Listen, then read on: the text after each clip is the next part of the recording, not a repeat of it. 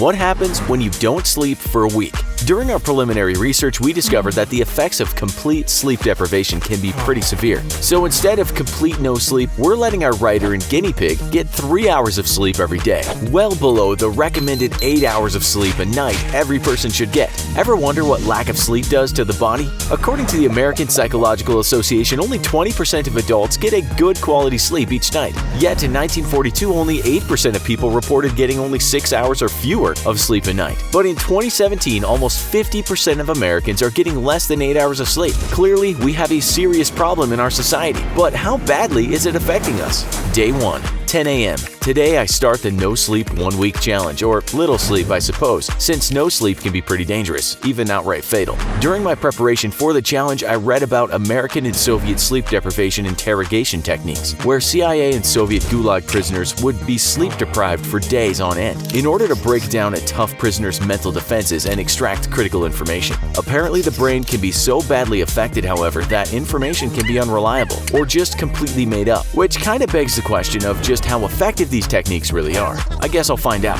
In order to test the effectiveness of CIA and Soviet sleep deprivation interrogation techniques, I've struck a deal with my girlfriend. I will hide her laptop somewhere, and she has until day 7 to extract the location from me. Without the laptop, she won't be able to watch Netflix or mess with her Pinterest, and she hates doing work emails from her phone because the screen is so small. So she has a huge incentive to try to get me to break. I guess we'll see if she can. 10 p.m. Last night I had a full night's sleep, so I'm not feeling too rough. It's about 10 p.m. now, and I'm tired, but I've definitely done longer stints without sleep during my years in the military. Working on my laptop, and girlfriend asked if she could borrow it, but I told her that would violate the terms of our challenge. She rolled her eyes and started watching Netflix on her phone. I'm not noticing any side effects so far, but it's going to be tough to stay awake when nobody else is up. I downloaded a few PS1 games to play through the night and keep me busy though. Day 2. 10 a.m. Slept my 3 hours. Then I woke up when girlfriend was getting ready for work. Waking up was pretty tough, but again, nothing I haven't experienced before. I'm not really hungry though and haven't eaten yet. And I remember this as a symptom of not sleeping from my time in the military. We used to take Adderall to power through days and days of little sleep. It's basically an amphetamine and jolts your system awake by giving you a ton of energy, but the side effects are pretty terrible. This time, there's no Adderall to cheat with, but from what I've read, the symptoms of no sleep can be just as bad. Guess we'll see. 10 p.m. I wasn't that tired last night, but this time I'm really tired. I brought in a patio chair to sit on because I'm afraid that if I sit on the couch or lay in bed for too long, I'll fall asleep. In the military, it was easier not to sleep if you were active and had something to do, but with nothing really to do, it's a lot harder. I took Dog for 1,000,000 walks today, and we'll probably take him on at least 2 more tonight just to keep active. Girlfriend asked me where the laptop was. Didn't tell her. Not writing it here either, just in case she steals my laptop when I'm not looking. I think watching YouTube and Netflix on her phone is getting to her more than my lack of sleep is getting to me. Research I read up on says that one of the first effects of sleep deprivation is the inability to show positive emotion on the face. Even happy people can't show it on their face with a smile. I asked my girlfriend if she felt that I was being this way, and she said I laugh less and don't smile as much, but I just seem normal, just really tired. Research also said I'd crave junk food as the body looks for sources of energy to keep itself going. That's definitely true. I drank one of those huge 16-ounce Cokes a little bit ago, and will probably drink another later tonight to help me stay up. Sorry, washboard abs, you're gonna have to wait at least 1 more week. Day 3. 10 a.m. I woke up after 3 hours and it literally felt like I had just gone to sleep a moment ago. I can't describe how tired I am, not hungry at all. Going to try to keep busy today working on other scripts to pass the time. 10 p.m. Definitely an advantage to have something to keep you physically active and alert like in the military, as opposed to just doing nothing. Tried to keep occupied with video games, but the action is getting harder to track. Tried to work on scripts to pass the time, but just too hard to concentrate. Been zoning out a lot, missed an entire conversation after girlfriend came home from work. Research says this is the brain trying to force a rest period even with your eyes open. You literally just check out mentally. It's called microsleeps and is supposed to happen less than 30 seconds. Pretty sure I microslept for a full 5-minute conversation. Girlfriend grilled me about her laptop. Didn't tell her, she'll never break me. Day 4. 10 a.m. I feel like I haven't eaten in a long time, but I'm hungry. Girlfriend brought me a bunch of nutrition bars yesterday because I haven't been eating much regular food. She left them all over the house, so there's always one in reach. Sometimes I eat one and then forget I just ate one and then reach for one only to find the empty wrapper, and I realize I just ate one. I think that last sentence makes sense. Getting harder to concentrate, but trying hard. Girlfriend had to shake me awake when the alarm rang after 3 hours. She said she's concerned and thinks this is stupid, and she's not going to wake me up again, so I have to set 3 alarms just to make sure I wake up. 10 p.m. I feel physically ill, like nauseous all the time. I walked the dog earlier and zoned out for I don't know how long. Guess I micro-slept in the middle of the sidewalk. Definitely not smiling or laughing much, also making a lot of spelling errors in this document. Hard to concentrate. Research says lack of sleep increases stress hormones because the brain can't rest and balance out your hormone levels. I definitely feel stressed. Girlfriend asked if I was ready to tell her where her laptop was. Didn't tell her. She said my job is dumb and I'm dumb and that she doesn't really need her stupid laptop anyways and went to sleep. Day 5, 10 a.m. Back in military days when we used to go with little sleep for days, there was a point you hit where you weren't really tired anymore even though your body was exhausted, like your brain tricking your body. I feel like that a lot now. Research says that your brain dumbs down when you don't sleep. I have to agree. To test myself, I tried to do a math quiz online and did horrible. I don't even feel like trying to write today. 10 p.m. Girlfriend asked for a laptop a bunch. Didn't tell her. She said no sex then. Joke's on her. Research says you lose your sex drive without sleep because your hormones are out of balance and lack energy. It's a Mexican standoff, but she's got no bullets in her gun. I win. Day 6, 10 a.m. Today is Saturday, but I forgot. I only realized because girlfriend didn't go to work today. Days sometimes blur together because I don't have the regular 9-to-5 job, but definitely affected by lack of sleep. Typically go somewhere on Saturdays, but no energy to do anything. Really trying hard not to sleep. Played all of Final Fantasy VII this week to keep busy. Great game, but guess what? 6 is better. You could suck an internet, but 7 is inferior to 6. 10 p.m. I'm pretty sure I fell asleep a few times today, but don't remember. Girlfriend insists I didn't, so either memory is completely falling apart or I slept with my eyes open. Research says that severe lack of sleep disrupts a brain's ability to form memories properly. Coupled with poor nutrition, this can cause serious memory problems and definitely have not been eating right. Too much junk food. But I guess, like research said, just the body trying to energize. Really hard to type these entries. Keep making a lot of mistakes and having to rewrite, plus sentences that don't make sense. I had to start setting alarms every 30 minutes on my phone to make sure I didn't fall asleep accidentally. Girlfriend also tried to get the location of the laptop from me, driving her nuts to not have it, specifically since it's the weekend. She warned me that experiment ends in one day, but lack of sex could last much longer if I didn't tell her. Not even the CIA is as evil as she is. They should put her in charge of interrogating terrorists. Day 7, 1 p.m. I don't know when I fell asleep last night, but I woke up 10 minutes ago. Definitely overslept the 3-hour limit. When I woke up, girlfriend was on her laptop, and when I asked her how she found it, she just kept smiling and saying she got me. I honestly don't remember telling her, but no way she found it on her own. I'm not convinced she didn't borrow a laptop that just looks like hers, so I would do my entry and write here where I hid her real laptop after I fall back asleep. Research says that's paranoia. Lack of rest rewires the brain and makes the irrational seem rational. Screwed up with the sleep, but going to try to stay up anyway. 10 p.m. I feel like I could stay up more, but I'm not going to. All day I've been spacing out, really hard to concentrate on writing entries, but not as irrational or hard as I thought it would be at the start. Keep reading and rereading sentences and hoping they make sense though. Been seeing things the last 2 days, like shadows moving in the corner of my eye. Research says extreme lack of sleep leads to hallucinations, and I agree. Will be sitting by myself and suddenly think I saw a figure moving at the edge of my vision. Knees also have been giving out on me and almost fell twice today from absolute exhaustion. I think I maybe accidentally told girlfriend where the laptop was, but forgot that I did that. Research says that it can happen with prisoners. They give up info and have no memory of it, or they make up false info because their brains are scrambled. But maybe she just borrowed the laptop, still trying to make me think I gave up the location, so I'll just say or write down where the real one is. She did show me pictures on it though and her login. That's pretty convincing, but I thought what if she just downloaded the pics and set it all up? That's definitely paranoia.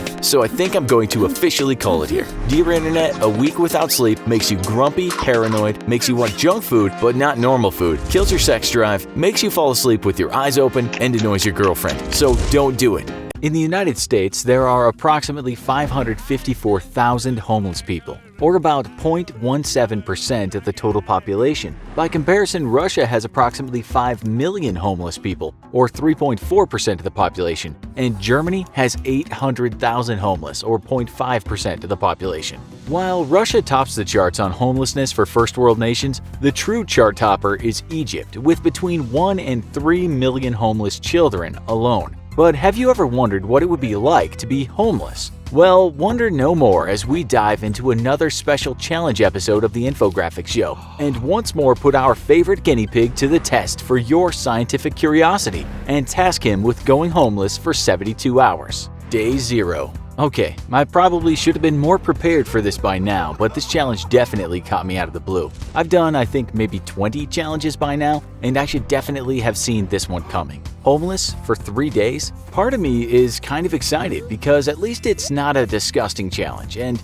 well, it kind of feels like an urban version of man versus nature, right? There's a reason why there's so many of those wilderness survival shows on TV. I think deep down inside, we all crave to know if we could really make it out there. Now, the urban landscape isn't exactly the wilderness, but I know for a fact it can be pretty rough. I used to work security in Las Vegas for a little bit over a decade ago, and I had to deal with the homeless population pretty frequently. Once we even had one homeless woman stab another homeless woman through the eye for apparently infringing on her territory because she was turning tricks at the casino I worked at. So yeah, I'm pretty well aware of the potential dangers of homelessness. When your survival comes down to working a turf of your own, well, it's no different than in the wild when prides of lions kill each other over the best hunting territory. Whether you're begging for loose change or turning tricks, holding and securing the ideal turf and protecting it at all costs can literally be the difference between life and death. Still, I'd be lying if I didn't say that I'm kind of excited to give this challenge a go. I have wilderness survival training from my past in the military, but there's a difference between a jungle or forest and the city streets.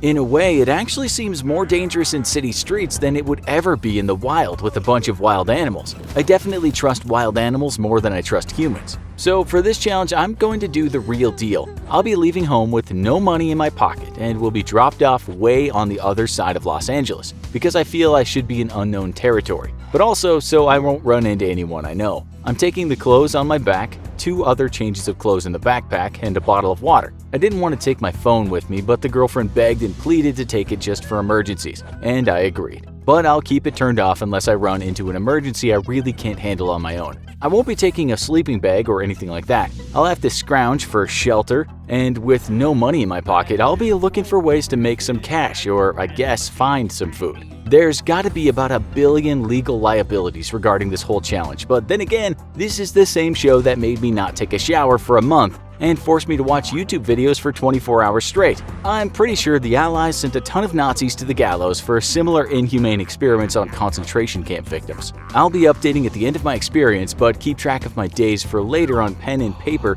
since I won't be taking a laptop, just a notebook and a few pencils. This challenge officially starts tomorrow morning at 5 a.m. when I'll be getting dropped off near downtown Los Angeles to begin my life as a homeless person. Wish me luck, and I'll see you in 72 hours. Unless I get stabbed to death with a rusty shank. End of day 3. This is the end of my first and hopefully last bout of homelessness. And what an experience it's been. I don't want to get ahead of myself because I feel a million thoughts rushing up, so I'll just start back at the beginning. Like I planned, I got dropped off at 5 a.m. very near to downtown Los Angeles. But I didn't get breakfast and hadn't eaten since the night prior. Seemed only fair to start this challenge off with my first task being securing food. In case you don't remember, I didn't bring any money with me, and I had to figure out a way to feed myself. Well, I pretty quickly got a chance to do just that when I was walking past a 7-Eleven not far from where I'd gotten dropped off at. They were loading in pastries for the morning breakfast rush, but the truck driver and the 2 employees were inside and had left 2 racks of treats waiting to get pulled inside by the back door. Now, I consider myself a very honest person, and I've never so much as shoplifted a candy bar. I think stealing is a pretty glaring moral shortcoming, to be honest. But I reminded myself that I'm temporarily living a new life, and had to start looking at things from the perspective of someone who didn't know where his next meal was coming from. Mostly because, I didn't know where the hell my next meal was coming from. So I pried the plastic aside and swiped 2 donuts. Took like 3 seconds and I was well on my way down the block by the time anyone stepped out of the store. One thing they teach you during survival training is to exploit literally any advantage or windfall that you can. And I realized that after my donut heist, I started looking at the world in entirely different ways. I wasn't just a pedestrian walking along minding my own business anymore. I was actively watching my environment and looking for things I needed: food, water, shelter. The more time I spent on the streets, the more keen this instinct became, and eventually I realized that I was behaving the same way I'd had years and years ago in the middle of a northwest forest during survival training. Our regular lives are so insulated from the actual necessities of life, the things we need to keep ourselves safe and biologically alive, That, when it's all stripped away, it's kind of a refreshing but extremely jarring experience. So my homeless strategy was to try and gradually make my way over toward the eastern half of Los Angeles from downtown. I thought that starting at downtown would be my best initial exposure to the whole homeless lifestyle, because I got dropped off literally just a few blocks from LA's infamous Skid Row. This is a few blocks of downtown city streets that are completely awash with the homeless and some serious crime, and I wanted to experience what life was like there. But I wanted to keep on the move because it's probably not safe to hang around too long in Skid Row without knowing all the street rules. I spent most of the first day around Skid Row, and I could already tell that trying to scrounge or even panhandle for money would be an absolute no-go here. There's just very little local traffic that isn't other homeless people or gang members, and anyone driving through is doing so with windows rolled up and car doors locked, and with very good reason. I wanted to stay on the move and not get wrapped up in any potential trouble, especially because I was drawing a lot of attention. I stupidly realized that I was drawing all this attention because I didn't look homeless. I was too fresh, my clothes too clean. I was standing out like a sore thumb, and believe me, that's not something you want to do on Skid Row. So I ducked into the nearest alley and rubbed my hands on the ground and then rubbed dirt on my face, hair, and clothes. I tore my jeans and shirt up a little bit, not much, but enough that it didn't look any more like I was wearing frequently laundered clothes. The trick worked, and I quickly stopped getting stares and looks, which was good because not long after I ran into a group of 3 guys shaking down other homeless people. They stared me down at first, but I guess I was too young and in too good a shape for them to figure I was an easy mark, and they ignored me, moving along to 2 other homeless men. They kind of dug through their assembled, well, what would be normally trash to you and me, but to them was all their belongings. But I guess they didn't find anything valuable and quickly went on their way. I had already learned the first rule of being on the streets: the strong shake down the weak, and the weak band together to fend off the strong. I've watched a ton of nature documentaries, and it was amazing how similar to wild animals people really are. The first day I got really lucky and ran into a mission that was serving out hot meals at night, which was good because I'd gone totally bust on finding food all day. I'm not naive, and I knew that getting into what is essentially a survival situation means doing what it takes to survive, but the problem is that in this area there's no restaurants, supermarkets, nothing where you might be able to scrounge for food, and with no foot traffic, panhandling was not an option. I got offered a place to stay the night at the mission, but I declined it and figured somebody in poorer health or older could probably use the place more than me. There was certainly not a lack of people in really bad shape. I struck east at night and ended up on the outskirts of downtown. I jumped a fence into an office park and managed to sleep for a few hours in an alcove by the loading dock to one of the buildings. Since the next day was Saturday, I knew nobody would be showing up for work. I've slept in the wilderness a ton before, sometimes without a sleeping bag, but knowing how close I was to Skid Row and everything I'd seen during the day, it was hard to get any sleep. The next day I was practically starving, having only eaten 1 bowl of soup and 2 donuts the day before. Also, my water was out. Finding a public restroom to refill my water bottle was easy enough, and I made up my mind to find a supermarket to go scrounge for food at. When I was a kid, one of my first jobs was at a supermarket, and I know for a fact that they throw away a ton of food still wrapped up and perfectly good for eating. I found 3 different supermarkets, but all of the bins were practically empty. And then I realized it was just too early in the day. Typically, food gets thrown out around the afternoon. I didn't feel like waiting that long to eat, so I decided to answer a question that I've always wondered about. Just how much can you really make from panhandling? I found a promising spot with a lot of foot traffic and set up shop using a can I found in a dumpster. I made a grand total of 35 cents before a police car pulled up on the street in front of me and just sort of looked at me disapprovingly. I got the message and honestly didn't feel like adding a night in lockup to this challenge, so I left and moved on. Next, I found a spot right on a freeway off-ramp because I'd seen homeless people set up at spots like this all the time. It worked like a charm, and in an hour I had already made $3.50. Not exactly a king's ransom, but I was getting closer to be able to afford food again. Then 2 homeless guys started cursing and yelling at me because apparently I had taken their spot. Remember what I told you about being territorial? I left because I didn't want any trouble. But I'm going to be really honest with you here. If I were actually homeless, I know I would have stayed. I would have stood my ground and defended that spot with violence if I had to, because I had made over 10 times as much money there in an hour than I had at my previous spot.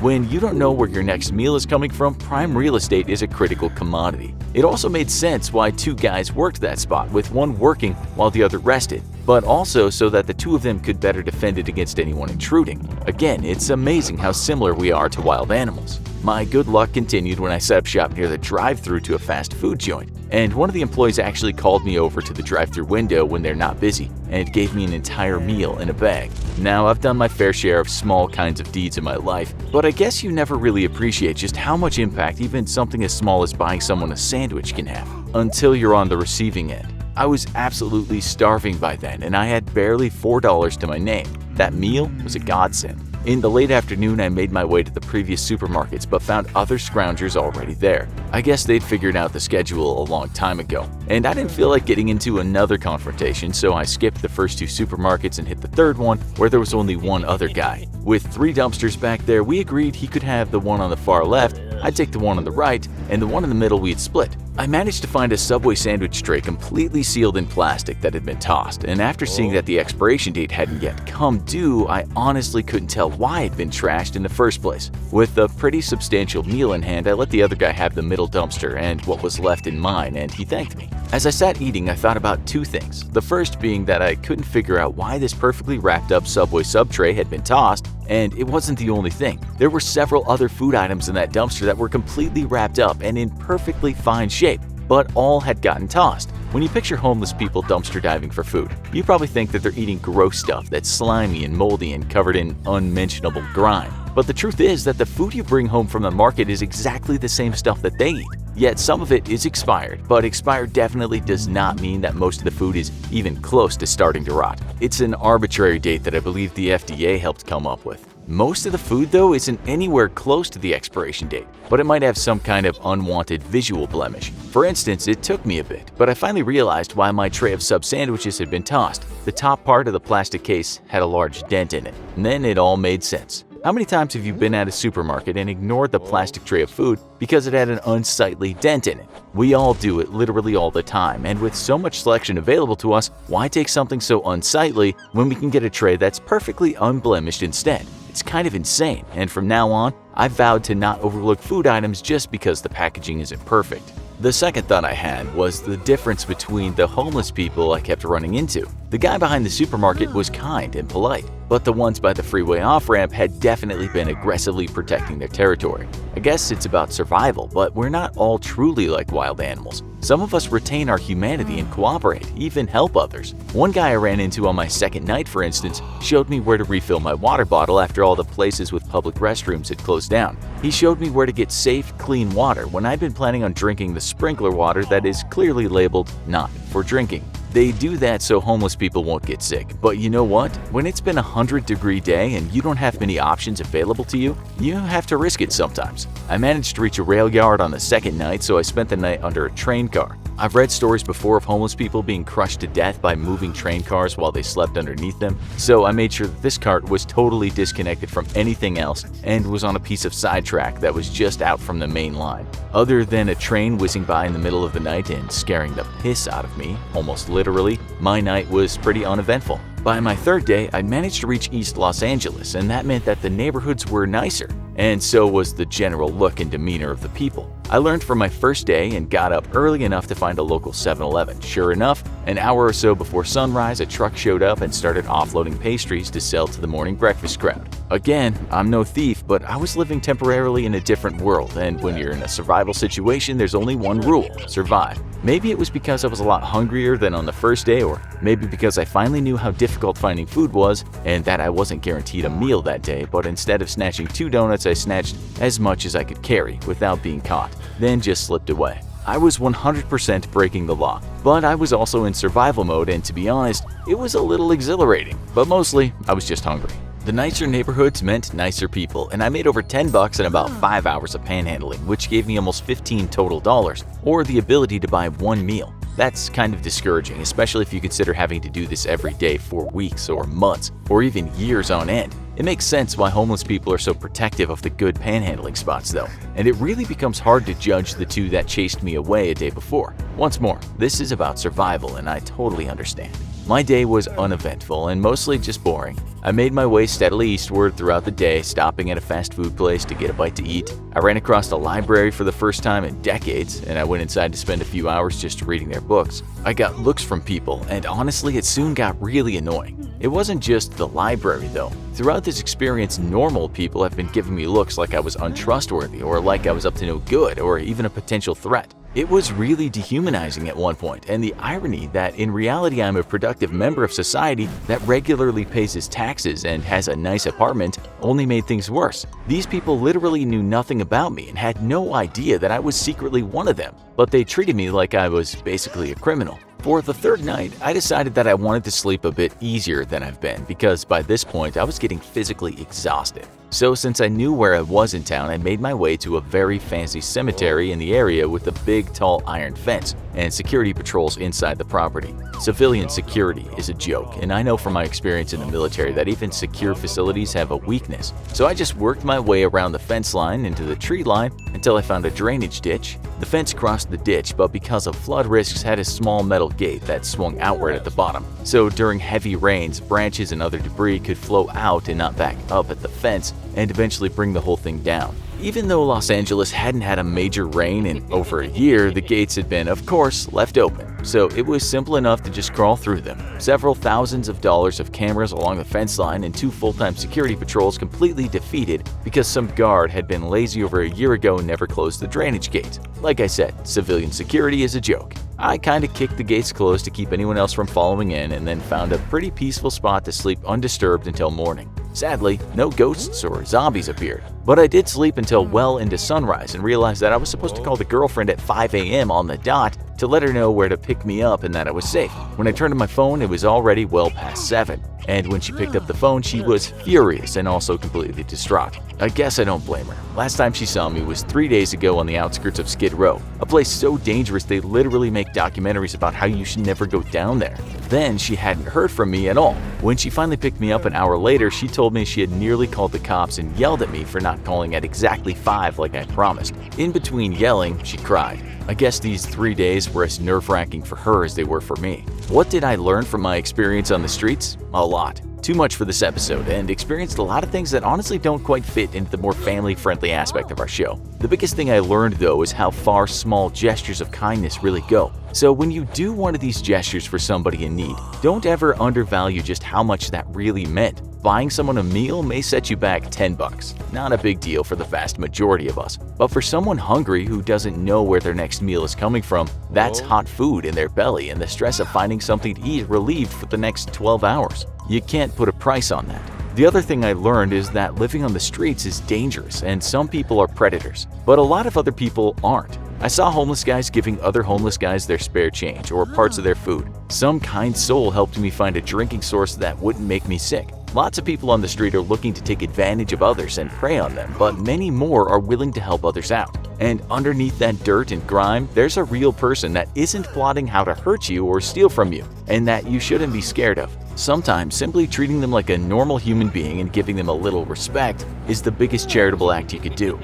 You've seen him take on the hottest pepper in the world, or at least the hottest we could conveniently get shipped in the mail. You've seen him survive 3 days homeless on the streets of Los Angeles. You've seen him live for 24 hours trapped in a bathtub and give a poor delivery driver trust issues. Now we're turning over our fourth from the bottom most important writer to you, the fans, and leaving him to your mercies. Today, we're putting him in a survival challenge situation that comes straight from the viewers. 72 hours alone in the forest. Okay, so before I get into my experiences with this challenge, I just want to be upfront and state that this might be my last challenge episode. The infographic show pays me well for the sometimes dangerous situations I get myself into, but after this challenge I had to step back and really think about if I want to continue with these challenges. As you'll find out, I ran into some serious trouble out there, and things could have gone bad multiple times, and I think I just need to reevaluate things going forward. Unfortunately, I lost my journal during one of these incidents, so I'll have to work from memory on retelling my wilderness survival experience.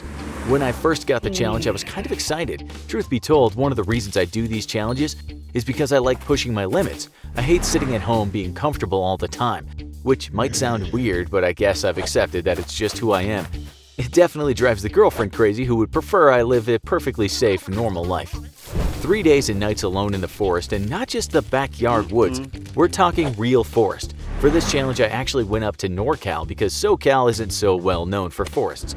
Plus, we're entering fall, which means that the few mountain forests that are here are going to get very, very cold and possibly even snowed on, which would very quickly make this challenge extremely dangerous. For a solo challenge with no support, I'm not willing to risk it. I went up north enough to hit the rainforests of the Pacific Northwest. The show's lawyers have warned that we shouldn't give out any specific locations so that nobody's crazy enough to try to go up there and repeat our experiment. This is also a perfect opportunity to state the obvious. Don't do this. Seriously, don't. I know it sounds easy to do some silly challenge, but the fact is that wilderness survival is pretty serious business. I have training courtesy of the US military on how to survive in various wilderness environments, and years of experience putting that knowledge to the real-world test in very stressful situations. You may think you're ready from watching a bunch of YouTube prepper videos, but believe me, you're not. This isn't some weird flex.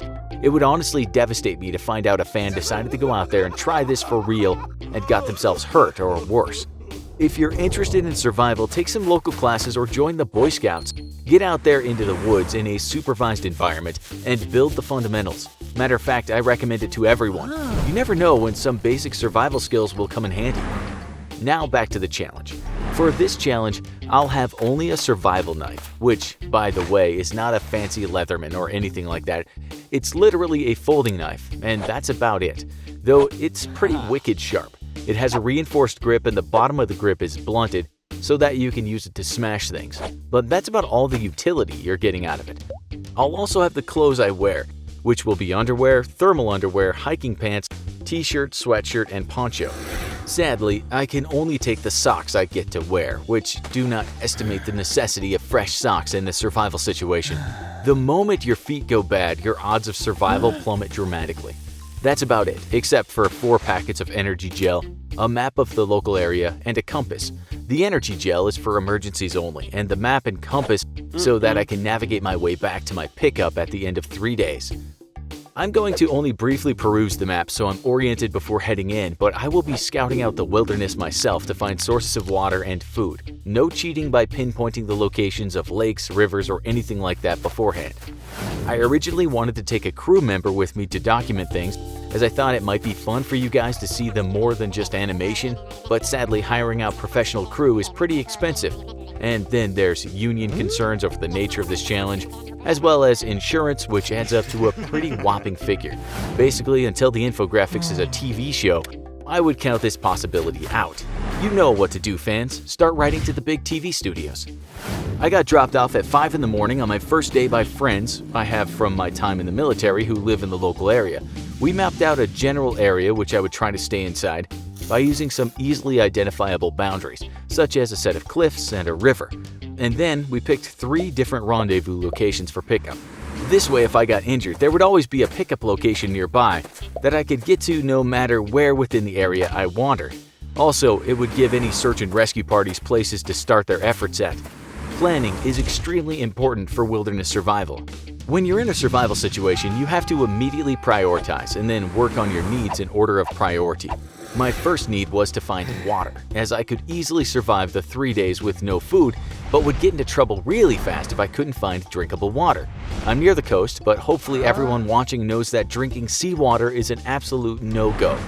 One big benefit though is that early in the morning mist blows off the sea and saturates trees and bushes with water droplets.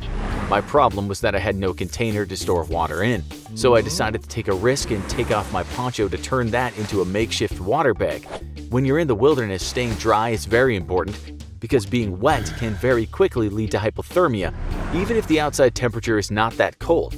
Water is really good at leaching heat from your body into the environment, so it's important to stay dry as much as you can. However, being wet is also a really good way for bacterial and fungal infections to take hold, and can absolutely devastate your feet. Once more, if your feet go bad, your odds of survival fall dramatically. Go image search trench foot and see why it's important to stay dry. Just make sure you do it on an empty stomach. I gathered the corners of my poncho to turn it into a makeshift bag, and then I took my shirt off while putting back on my sweatshirt. and I used the t-shirt to wick up moisture off tall grasses and tree leaves. Then it was as simple as wringing out the water into my poncho bag, and pretty soon I had a decent amount of water stored up, enough that I felt safe looking for a more permanent solution. With water temporarily taken care of, I started looking for a place I could set up long-term. If you can find a cave, that's the most ideal place to take shelter, though you have to worry about animals who are thinking the same thing. And this typically means mountain lions and bears here in the US. I was too far from the mountains in the distance to risk trying to find a cave, so I decided I could pretty easily build a lean-to shelter from all the fallen tree branches and dead leaves. Location, though, is important, so I surveyed my environment to figure out where to build my shelter. I was very near the coast, probably only 2 or 3 miles from the beach, and the terrain sloped slowly upward to the distant mountains to my east. There was another stretch of mountains north of me, which told me that I was in a very broad valley, and that's very good news, because if I followed parallel to the coastline, the odds of finding a small stream or full-blown river were really good.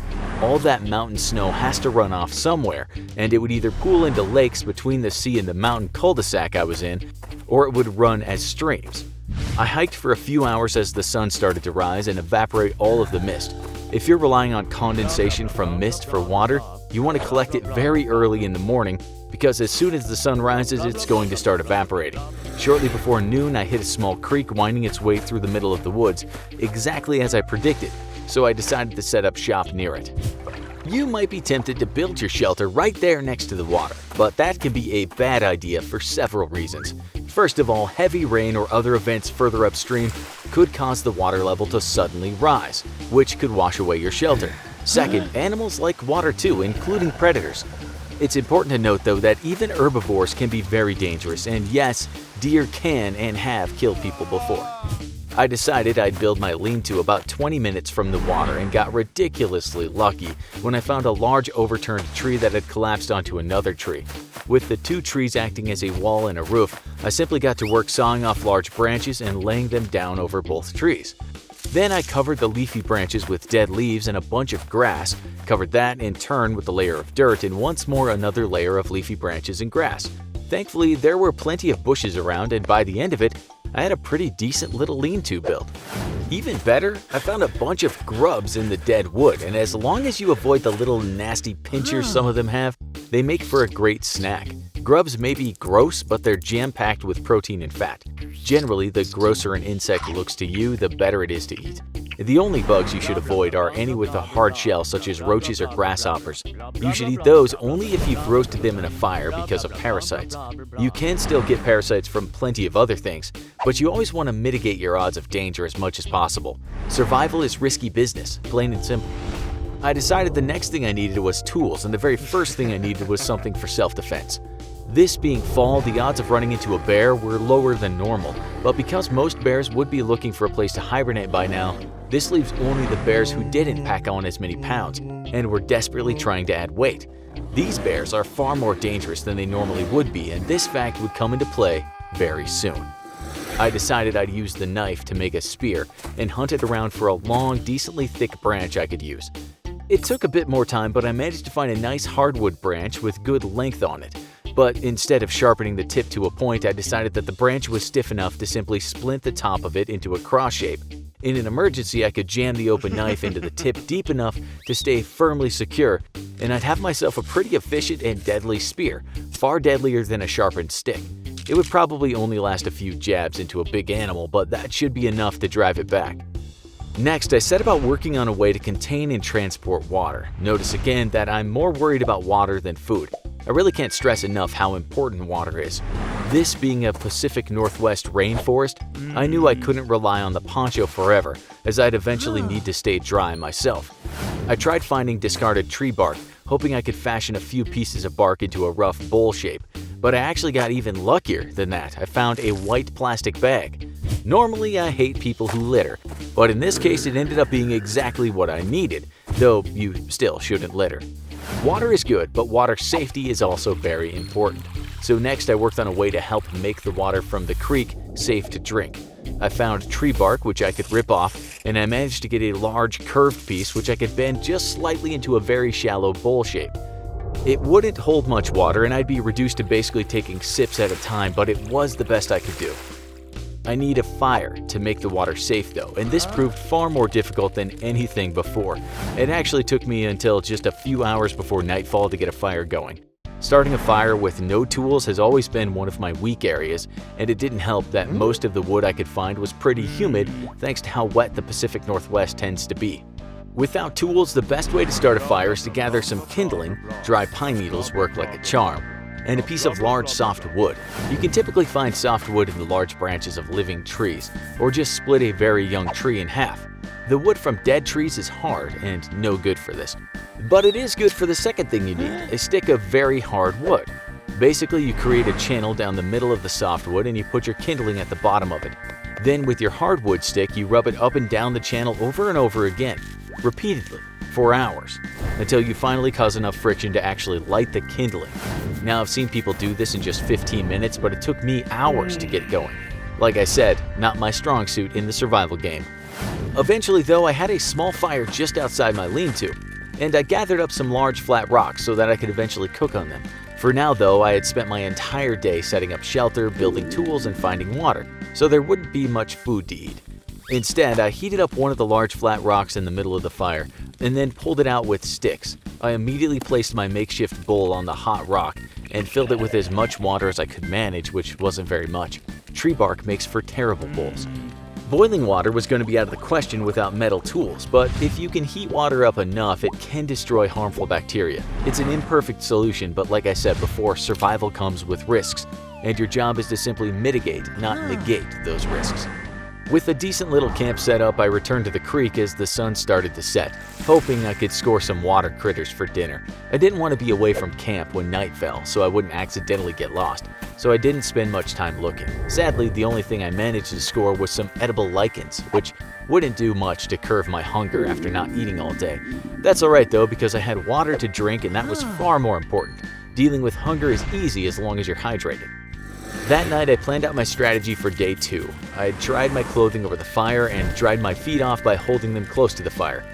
Water was nearby and plentiful, and I figured with only 3 days out here, I could risk getting sick by drinking without treating the water, because trying to sterilize sips of water at a time just wasn't going to work out long term. I knew I was only a few miles from the coast, so I planned on following the creek to the beach to find mussels and other edibles. The coast can be a bonanza of stuff to eat if you don't mind the gross taste.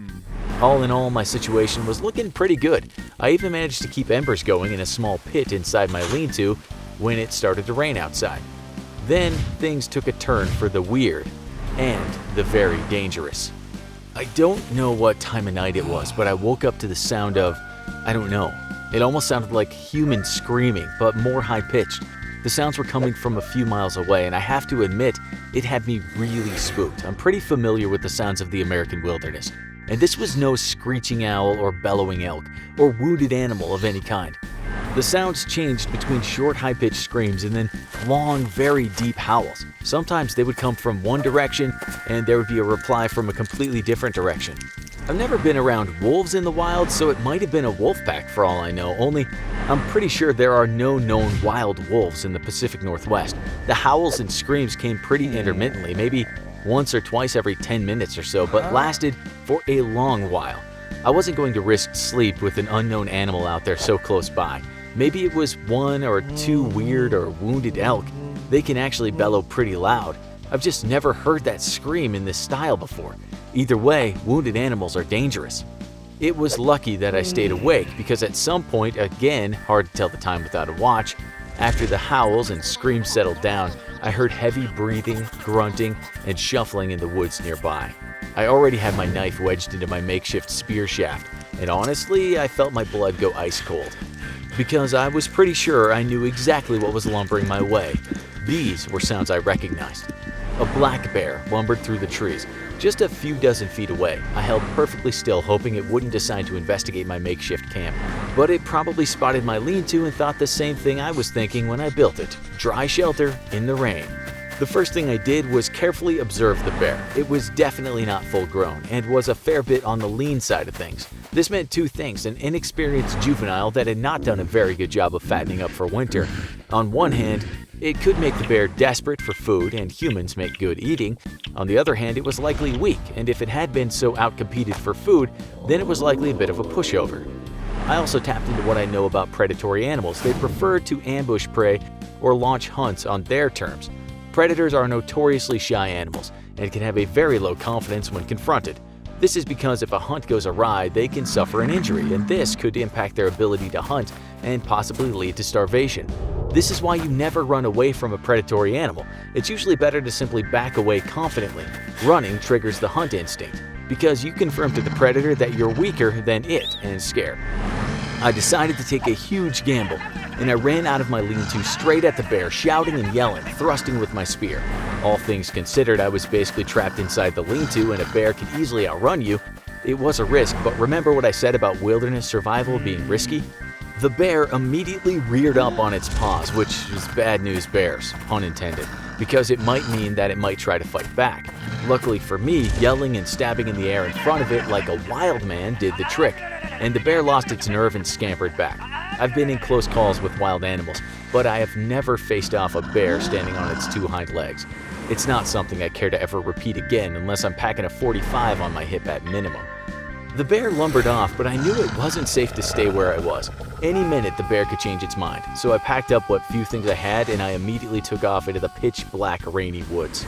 Normally, you never want to move at nighttime, as it's really easy to lose your bearings. If you have to, use the stars above you to pinpoint a single direction of travel and to stay in a straight line. That way, in daylight, you can retrace your steps and reorient yourself from more familiar ground. I walked for about 15 minutes and had to wait out the rainy night under a thick pine. Luckily, the rain abated after a few hours, but I didn't get a lick of sleep that whole night. The next morning, I made my way back to my old camp, and sure enough, the bear had returned and trashed the place. I made the right call. Luckily, days 2 and 3 were far less eventful. I relocated my shelter to the other side of the creek, and it didn't rain for nights 2 and 3. I changed my sleep schedule, though, to sleep during the day and stay up at night in case of wandering bear again. Also, I won't lie, those weird howls and screams had me on edge, especially after my encounter with the bear. On the coast, I managed to find edible mussels pretty easily, and I ate some raw, which I immediately regretted, and then I roasted the rest in their own shells. Mussels are great for energy, but you have to be careful if you're low on water because they can add a lot of salt water to your system. If you aren't peeing regularly, the salt in your body can add up dangerously. By the way, they taste like mermaid boogers when you eat them raw. I also managed to find some edible flowering plants. With flowering plants, you want to pluck the actual flower off because the sap in the stem can be really bitter and unpleasant. The bud of the flower and the petals, though, make for good eating at a pinch. And dandelions typically grow in most places. If you really don't mind the bitterness, you can eat the roots of most flowering plants, which are chock full of minerals and nutrients. Though be careful, never eat a flowering plant whose flower is umbrella-shaped. Those are poisonous and may not kill you, but will have your stomach twisted up in knots. Lichens and bugs made up most of the rest of my meals. Grubs were pretty plentiful in rotting logs. I couldn't remember which mushrooms are edible and which aren't, so I stayed away from them, better not risk it. Also, mushrooms don't actually pack a lot of energy, so don't waste time trying to look for them unless you have no other options. Same goes for trying to hunt. Wilderness survival is a numbers game, and your job is to waste as few calories as possible while gaining the most possible from what you eat.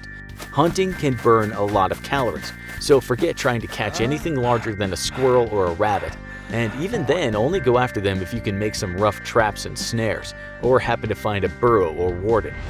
I made it through my 3 days pretty alright, but very much on the hungry side. My encounter with the bear, though, definitely left me a bit shaken. That was a very serious situation which could have gone very badly. The girlfriend wasn't happy to hear about it, and we both talked for a long time about those challenges. They have definitely started to ramp up in risk, and I guess I have to think about if I really want to keep on taking some of the risks I do. I love reading some of the feedback from you guys, and I'm happy that they're entertaining and sometimes even enlightening, but I guess this whole bear experience is just making me reconsider. Hello infographics fans, it's time for another awesome challenge, all in the name of science. We're concerned with your hygiene because we hate to break it to you, but despite all the go natural fads out there, you should definitely be taking time to give yourself a good scrub once in a while. As usual though, we want to find out what happens to your body and mind over the long term. So once more, we're tasking our favorite, or least important anyway, staff writer with another awesome challenge. All in the name of finding out what happens if you stop showering for a month for science. Day 1.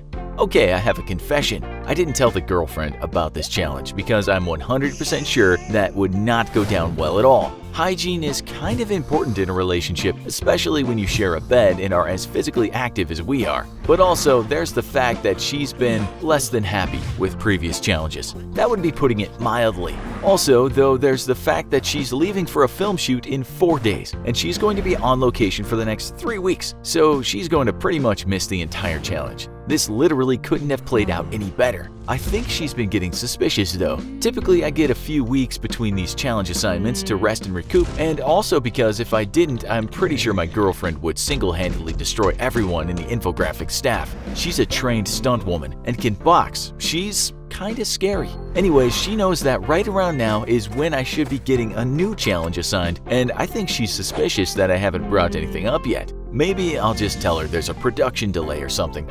By the way, if you're wondering, we obviously don't do these challenges all back-to-back in real time. By the time you get to watch these episodes, the challenges were already completed a while ago to give us, or me I guess, time to do more. So I'm just not gonna say anything until she gets back, which will be about the time the challenge is over. As usual, I did my research and it turns out not showering can lead to everything from acne to infections. But turns out that showering all the time is actually pretty bad for you as well. That's because your body naturally produces a layer of protection on your skin against outside infection, and all your vigorous scrubbing destroys this layer and leaves you prone to getting sick or infections. That's why some health shops sell probiotic sprays to help you grow your healthy body bacteria while making you smell nice, which by the way is complete nonsense and does not work. So stick to real science, not pseudoscience. It'll be cheaper in the long run. Just limit how long you shower each day, and instead of scrubbing your entire body with soap every time, just do your stinkiest areas, groin, armpits, and butt, and rinse off the rest with water. Your body will thank you. Of course, I won't be allowed to do even that much, and I'm not looking forward to this. See, I've already done the no shower challenge in my life during my time in the military, and it was absolutely not pretty. Luckily, everybody was in on it as well, so everyone stank equally. In fact, we pretty much just smelled like gunpowder, dirt, and sweat. Though we did sometimes have the opportunity to take what we called baby wipe showers, where we used a case of baby wipes to wipe down our vital areas. By the way, if you know anyone deployed overseas to a forward location with no facilities, forget about sending cookies or books or anything like that. Just send baby wipes. Your very smelly and grateful military will thank you for it. So I worked a baby shower clause into this challenge, and every 3 days I'll be allowed to wipe groin, butt, and armpits with baby wipes because, you gotta have some hygiene in life. For the rest of me though, not a drop of water will touch my skin. And since it hardly ever rains in Los Angeles, that's a guarantee you can count on. See you in 7 days, YouTube. Day 7. The girlfriend was definitely suspicious. Is suspicious, I should say. She left without asking what, if any, challenge there was now. But she did say that I was smelling a bit ripe when she kissed me goodbye at the airport. She's been texting me, asking what the challenge is, and I didn't want to lie to her, so I just told her that she didn't want to know. Thankfully, she's filming 12+ hours a day, so she's typically too exhausted to push the issue. It won't surprise anyone for me to say this, but I smell. It's interesting though, because at first you really do smell quite bad, but then suddenly it's like your body achieves some sort of smell equilibrium, a smellibrium, or maybe I've just gotten used to the smell myself. I've decided that this month the only days I'll exercise are the days I'm allowed to take a baby wipe shower, and I realize that's kind of cheating, but hey, I still do have to leave the house and run errands or meet with people, you know? Of course, deodorant and cologne go a long way in those cases, and I've definitely been doing more handshakes than hugs lately. Not much else to report, to be honest. Day 14. My girlfriend's best friend came by the house today, quite unexpectedly. She said that she was here to borrow something from her but was really vague with the details and just said that she'd been told it was in the hallway closet. I was immediately suspicious because A, my girlfriend is an evil mastermind and it doesn't matter how busy or far away she is, if something is up, she has to know what. And B, my girlfriend really is an evil mastermind, I'm not joking. I saw through the transparent ploy and it didn't help that the friend kept looking around the house as if expecting to find some freak show that was part of some sadistic internet challenge. I'm also lucky that today was a baby wipe shower day, so my secret is safe. I sent the girlfriend a text telling her to stop spying on me, and she just sent back and I quote, suspicious face emoji. I catch whiffs of myself sometimes when the wind turns outside and I smell. I mean, definitely not good, but not awful. I am incredibly itchy though, especially in the groin. That's no surprise, given that sweat tends to accumulate there a great deal, followed by infection if you're not careful. I wonder if my baby wipe showers are going to be enough to keep things under control down there. I gotta tell you, I'm feeling pretty gross and really limiting the amount of time I spend out of the house. Luckily, Skype is a thing and I can reschedule almost all of my meetings to Skype calls. Thank you, technology. Day 21. Another of girlfriend's friends came by the apartment 2 days ago. I didn't let her in. I just peered out of the front blinds like some very smelly criminal as she knocked on the door until she quit and walked away. Even hundreds of miles away, the girlfriend is persistent, but not nearly sneaky enough. Okay, this is bad. I definitely got a rash in my groin area spreading down my thighs, and I'm starting to seriously question continuing with this challenge. I know it's not a big deal, just really itchy, but it's definitely extremely gross. I can't believe that people actually live like this. By choice, I mean. I miss you, my dear, wonderful shower. I was a fool for years, never appreciating what had been available to me at the twist of a knob. Loss was my cruel teacher, and every day since I've been instructed on how good I had it, how good you were to me, and how little I appreciated it. Please forgive me, shower. I promise to appreciate and adore you, and to rinse your soap scum every day. I think I smell too bad even for the dog because he's definitely not been cuddling up to me the way he typically does at night. That's a pretty damning turn of events coming from an animal who literally can't stop himself from smelling dog butts the first chance he gets. Of course, he doesn't smell like a rose either because he's an absolute maniac around water and will utterly destroy the bathroom unless you physically put him in the shower with you, close the doors, and bathe him that way. So it turns out this 1 month no shower challenge was for both of us, but unlike me, I know for a fact he likes to smell stinky, given many times I've had to chase him away from rolling around in God knows what at the park. This rash thing though definitely is going to have to be addressed, and luckily I know exactly what to do. See, my time in the military didn't just teach me about not showering, but what to do in these situations, and the answer is rubbing alcohol. It burns like all the 7 hells, but wiping down with rubbing alcohol destroys the surface layer infection which causes the rash. So tonight, I'm gonna set my groin on fire and kill this before it gets any worse. I really hope you appreciate what I do for you, YouTube. Day 30. The girlfriend came home 2 days ago and I finally had to tell her, though to be honest, I think she probably knew the moment she took her first whiff of me. I've been banned from sleeping in the bedroom and she made me clean all the bed linens before she'd sleep in our bed. I also had to Febreze it down completely. Then she took the Febreze from me and sprayed me with it liberally and told me I wasn't allowed to cuddle her until, and I quote, this stupid challenge is over and you go back to normal, and by the way, you're so lucky I wasn't here for any of this nonsense or you'd be living in a hotel. She didn't call my job stupid though, the way she typically does, and that's how I know she missed me. She's secretly a huge softie, a terrifying, scheming, evil mastermind of a softie. So the rash I had a week ago disappeared thanks to the rubbing alcohol treatment, which I'm pretty sure doesn't count as a shower. But let me tell you, it feels very much like showering your groin with a flamethrower. I did notice red blotches popping up under my armpits, which I suspect is another future rash in the making, but thankfully today I got to shower, so I fully expect those will be going away soon. All in all, I definitely don't recommend not showering for a full month. It's going to make you smell terrible and kind of affect your mood too, although I think that was just a side effect of me avoiding leaving the house as much as I could. When I was a kid, my mom used to tell me that I had enough dirt behind my ears to grow potatoes, and well mom, this time you might actually be right. Now if you'll excuse me, I'm going to go enjoy the longest shower of my life and scrub from head to toe so I can reclaim my right to sleep in my own bed. A man's home is his kingdom after all, though in my case it's obvious that I'm just renting it from my girlfriend. The Carolina Reaper is the world's hottest pepper, clocking in at an astonishing 1.5 million Scoville heat units, which is a rating used to determine how spicy a food item is. While a regular jalapeno clocks in at a mere 100,000 to 350,000 SHUs, the pepper is purely man-made, as nature is incapable or evil enough to produce a pepper so fiery hot, and is the brainchild of a former pot grower who began to use his knowledge of botany to crossbreed peppers. Competitions around the world challenge people people to try to eat 3 of these miniature peppers with an atomic punch to see who can down the fastest and keep them down. But what is it like to actually eat one of these red-hot monsters? To find out, we tasked one of our writers with sitting down and eating one Carolina Reaper and recording his observations. T-minus 1 minute. Sitting in front of me are 2 Carolina Reapers, the world's hottest peppers. Allegedly, each one of these tiny peppers has a Scoville heat rating of 1.5 million, but the website these came from claims that some peppers can get as hot as 2 million. That's fantastic, and that's sarcasm.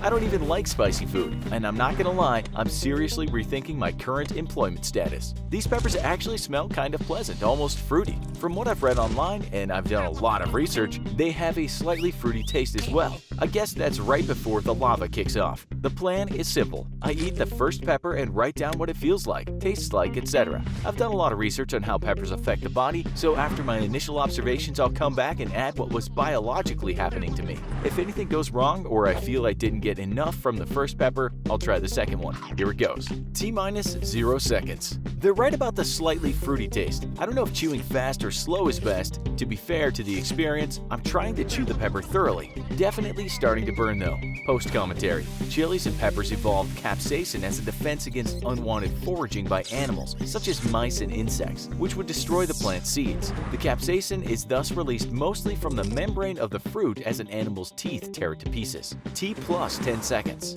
Yep, it burns. It burns really bad. Post commentary. The capsaicin binds to the TRPV1 receptors inside your mouth, which are designed to detect heat and are activated by temperatures over 110 degrees Fahrenheit. The latched-on capsaicin, however, causes the receptors to be confused, triggering their pain warnings with temperatures as low as 93 degrees Fahrenheit, which is below the average human body temperature. That means your own body heat triggers the burning response, which is what makes spicy food so unbearable. You literally can't get away from the burn. T plus 20 seconds. I tried to speak and I couldn't. Swallowed the mashed up pepper and my throat is on fire. Stomach starting to burn too. Post commentary. When you swallow a mashed up pepper, the capsaicin triggers TRPV1 pain receptors along the esophagus and the stomach. This might seem an odd place for these pain receptors, but it makes perfect sense if you've ever hastily swallowed something far too hot for your own good. The pain response is meant to protect you and teach you to be patient and wait for your hot cocoa to cool down, or to not eat the world's hottest pepper ever again. T plus 30 seconds. Sweating profusely. Girlfriend looking at me weird. My armpits are soaked and face and neck sweaty. Post commentary. The human body sweats to help it radiate excess heat. It's an evolutionary adaptation that makes us the top predator in the savannas of our ancient past. This type of sweating, however, is known as gustatory sweating and is triggered by a perceived increase in the warmth brought on by the capsaicin binding to your TRPV1 pain receptors. Peppers also have the ability to jumpstart your metabolism, and eating really spicy food can actually help you burn a few calories. The increased metabolism also drives further sweating. T plus 45 seconds. I'm not sure if I'm sweating or crying, maybe both. Girlfriend looks concerned. I'm drinking soda. I heard it helps with the burning, which is intense and everywhere. Seriously, I think I might be on fire inside. Post commentary. Capsaicin isn't easily neutralized by stomach acid, meaning it can continue burning for a long time before fading away naturally. This can make the sufferer feel as if a fire was burning inside them, and the malfunctioning TRPV1 receptors can actually start to convince the brain the body is actually suffering from dramatic overheating. Even though body temperature hasn't much changed, this prompts much more sweating to help regulate body temperature. T plus 1 minute 30 seconds. I finally remembered you're supposed to drink milk, so I scared the girlfriend by suddenly rushing to the fridge and gulping down enough milk to refill a cow. I don't think it's helping. I burped, and I swear it felt like fire. I might be turning into an actual dragon. Post commentary. Typically, milk, yogurt, or other dairy products is the preferred pain-relieving drink of choice. That's because milk contains a protein called casein, which actually knocks the capsaicinoid off the hijacked pain receptor, helping ease the symptoms. Non-fat milk is recommended because of its higher protein-to-fat percentage. Water is always a terrible choice, as is soda, as all that does is further spread capsaicin around the affected areas. T plus 3 minutes. My nose has been running non-stop, but I think I've stopped crying. Hard to tell through all the sweating. Girlfriend asked me if she should call poison control or hospital. I told her to call a morgue instead. She didn't think that was funny. The pain is incredible and all over my mouth, throat, and stomach. I can't even begin to imagine what it'll be like coming out the other end. Except I probably can, because it's going to be exactly like coming in this end. Post-commentary. At this point, the pain is at its peak, and you might start to feel lightheaded from an endorphin rush as the body tries to do its best to block the pain. Certain sexual fetishes that rely on intense physical pain capitalize on this specific response to extreme pain, which is followed by an almost narcotic high-like release of endorphins into the blood. In this case, however, no such release followed, just more pain. T plus 10 minutes. I've been laying on the floor for 5 minutes now. My mouth feels like that time I bit into a freshly microwaved Hot Pocket as a kid and couldn't taste anything for a week afterwards. I might not be able to taste anything ever again in my life after this.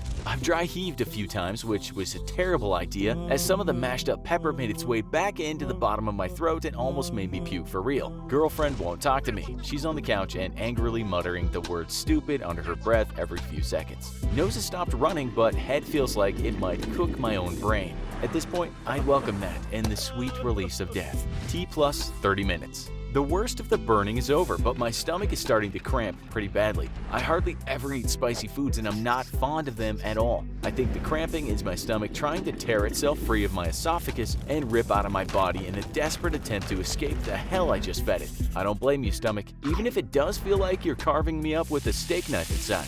T plus 1 hour 30 minutes. I left the floor about 45 minutes ago and laid down on the bed. Girlfriend came in and offered me milk and angrily told me that if I got the bed all sweaty, I'd have to do laundry. I'd like to stick my stomach in the washer right now and clean out all the bits and pieces of pepper left inside. Still seriously cramping and still definitely not looking forward to what happens on the way out.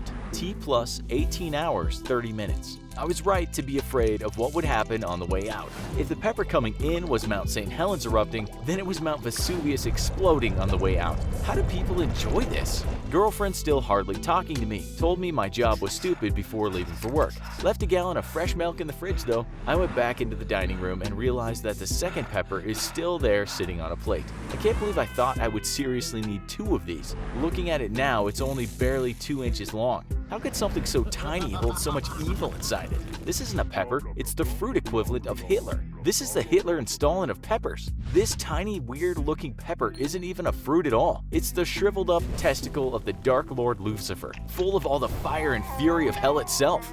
We here at the Infographic Show go to great lengths to answer some of your most burning questions, pardon the pun. And today we're happy to put one of our writers through eating the world's hottest pepper for your sake.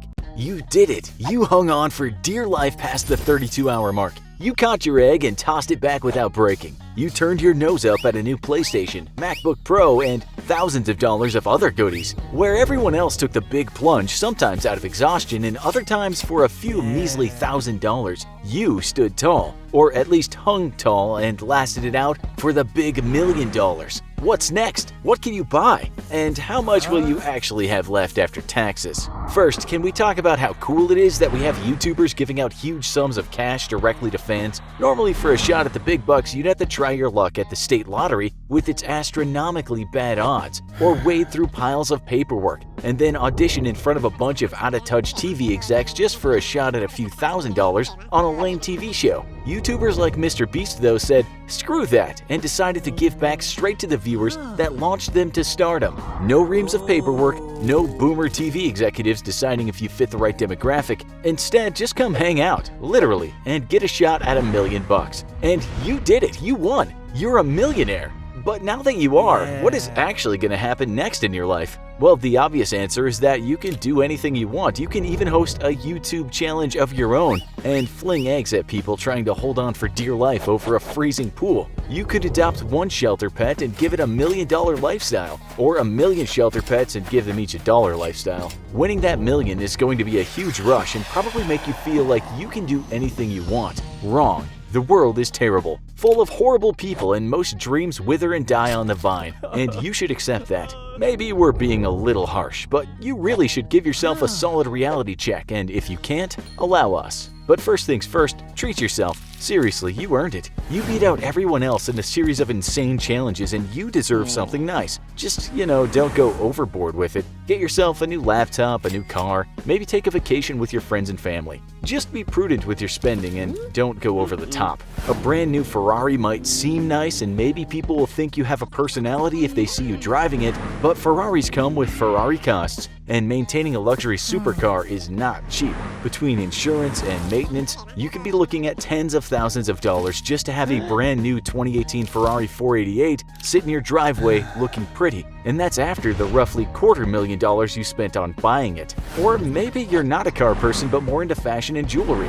That's another surefire way to blow through your winnings in no time. You can blow an entire million all at once on a diamond-encrusted Hublot watch, while a used Rolex can be had for less than $10,000. As many lottery winners who didn't take this advice have found, maintaining a lifestyle they bought into with their winnings is an extremely expensive affair. Remember, this money is a one-time cash out. You didn't suddenly move up in life and yearly earning potential. Your winnings are just a temporary financial windfall. Most lottery winners forget this and immediately start acting as if they earned $1 million a year in their normal job and will continue to do so forever. A good financial advisor would point you at smart investments you can make so that your money continues to work for you. Let's say you invested $500,000 into a mixed portfolio of stocks and other assets that yielded a very conservative 5% a year return. You'd end up with $25,000 a year for nothing.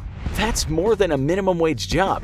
You might be happy to quit and just live off the interest forever and ever. And if you don't spend that whole amount in a year, even better, invest it back into your fund and increase the amount that you make next year. There's a lot of financial advisors, though, who are just as likely to offer this risk-averse advice as they are to encourage you to invest in your cousin's topless drive-thru video game burger joint where you get a free video game with every burger. We really can't stress enough just how important you research who handles your money. But how much do you actually have available to spend on your modest used sports car and quit your job forever wealth fund? Before you can start planning anything, you'll have to reevaluate your budget, because you can bet that the government is going to come knocking and ask for their cut. Taxes suck, but having roads, fire departments, clean drinking water, and a military to protect you definitely doesn't, and you're gonna have to pay in. Unfortunately, your mega win is going to count as taxable income and shoot you straight up to the top of the tax brackets, where in the US you could be facing a rate as high as 37%. Don't despair right away though, because tax rates are progressive in most countries, just as they are here in the US. That means you won't be taxed at a flat 37%, but rather only the income you make that exceeds the lower tax brackets will receive that tax rate. For example, if the tax rate on $1 million is 50%, but the tax rate on everything else is 25%,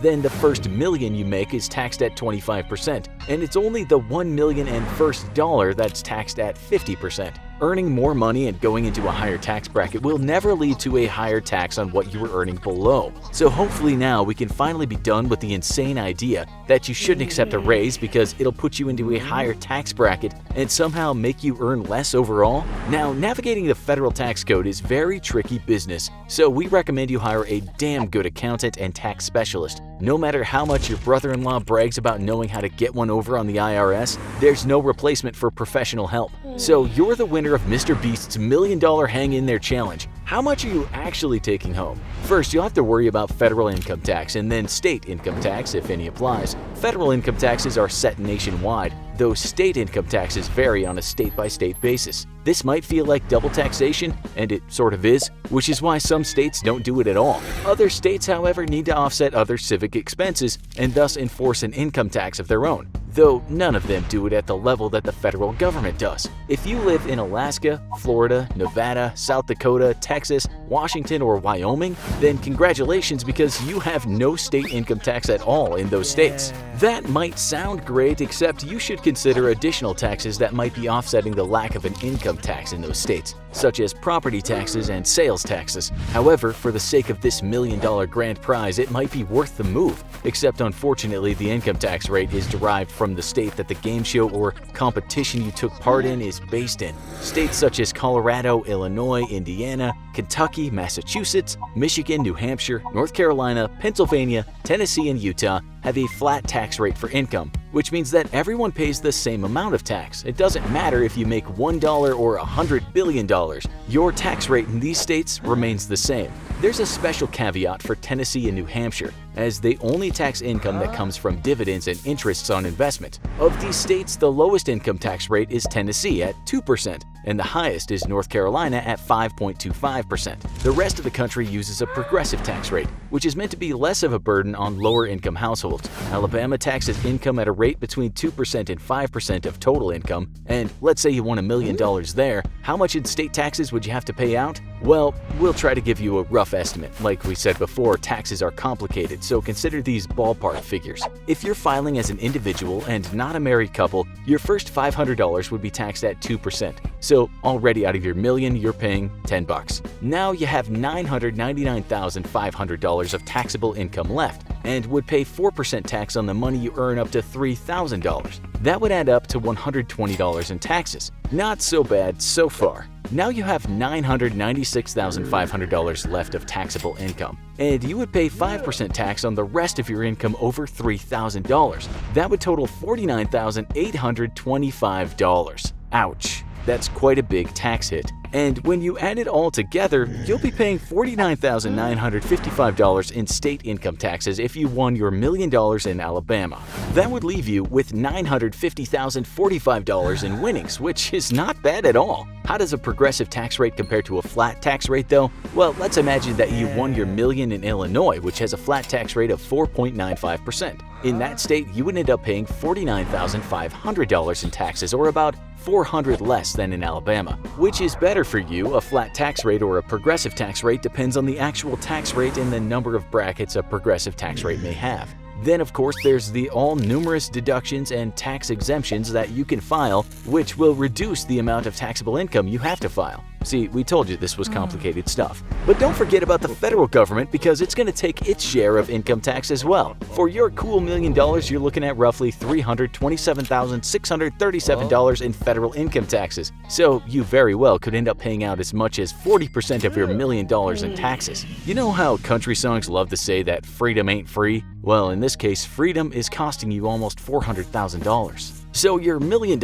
is more like $600,000 after the government is done with you, which is still quite a lot. Smart lottery winners can see the cash they won as an opportunity, no matter how much it is, and you should too. Treat yourself to a few nice things, but keep it modest. Instead of a fancy sports car, maybe buy a nice $40,000 sedan that's gonna last. Use the rest of your money in ways that's going to help you turn your one-time financial windfall into a true $1 million lifestyle. That means you're going to have to avoid splurging now so you can be rolling in the dough later. Remember, your lifestyle hasn't changed, and that money will run out much faster than you might expect. Better then to set a small lump aside to help you improve your life and invest the rest, earning an annual return on that investment every single year, rather than buy yourself a stupid sports car today that you can't afford to fix the first time it breaks down. Over the long run, you'll be in a far stronger financial position, and if you let your investment grow by adding to it, your annual payouts will only get bigger and bigger. No matter how you look at it, what state you win it in, and how you plan to spend it,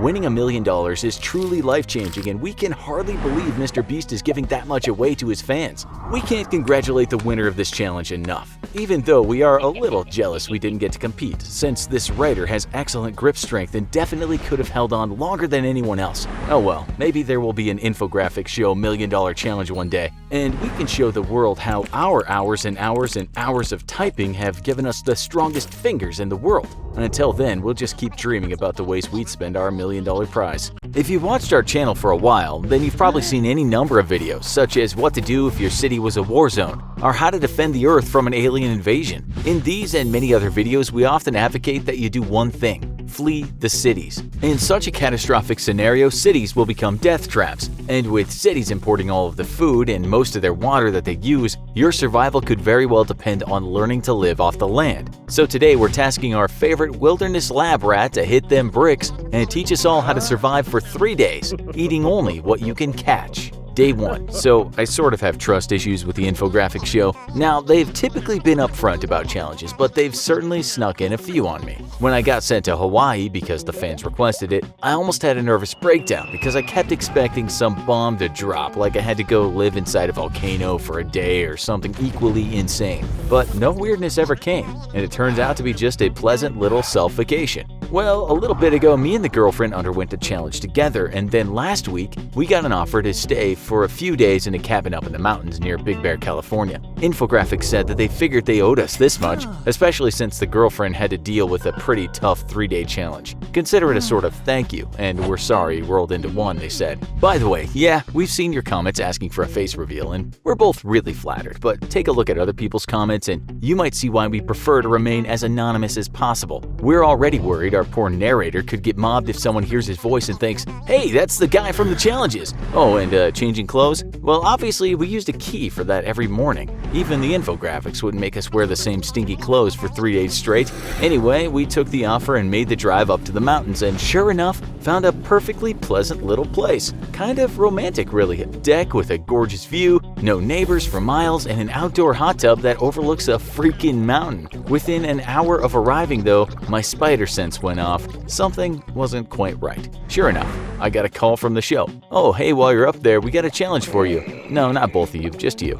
Apparently, I'm always on the clock and the girlfriend deserves her rest. Clearly, infographics is playing favorites here, or maybe they're secretly terrified of her. So yeah, I should have seen this coming, but basically, I have to eat only what I can catch up here in the mountains for the next 3 days. Honestly, it should have been obvious the moment that I opened the door to the cabin and found some very basic survival supplies on the kitchen counter. But I sort of figured, I don't know, it's a cabin in the woods. Survival stuff makes sense, right? So the girlfriend had a pretty good laugh. Then she told me she was driving down to the store to pick up her supplies for the 3 days and wished me luck finding lunch. Alright, so at least they're not making me actually live rough out here. And I do still get the comforts of a cabin to come back to, but this isn't gonna be a vacation by any stretch of the imagination. I remember my survival training from the military pretty well, and did you know that animals really don't like getting eaten? They tend to make it incredibly difficult to catch and eat them. Really uncooperative.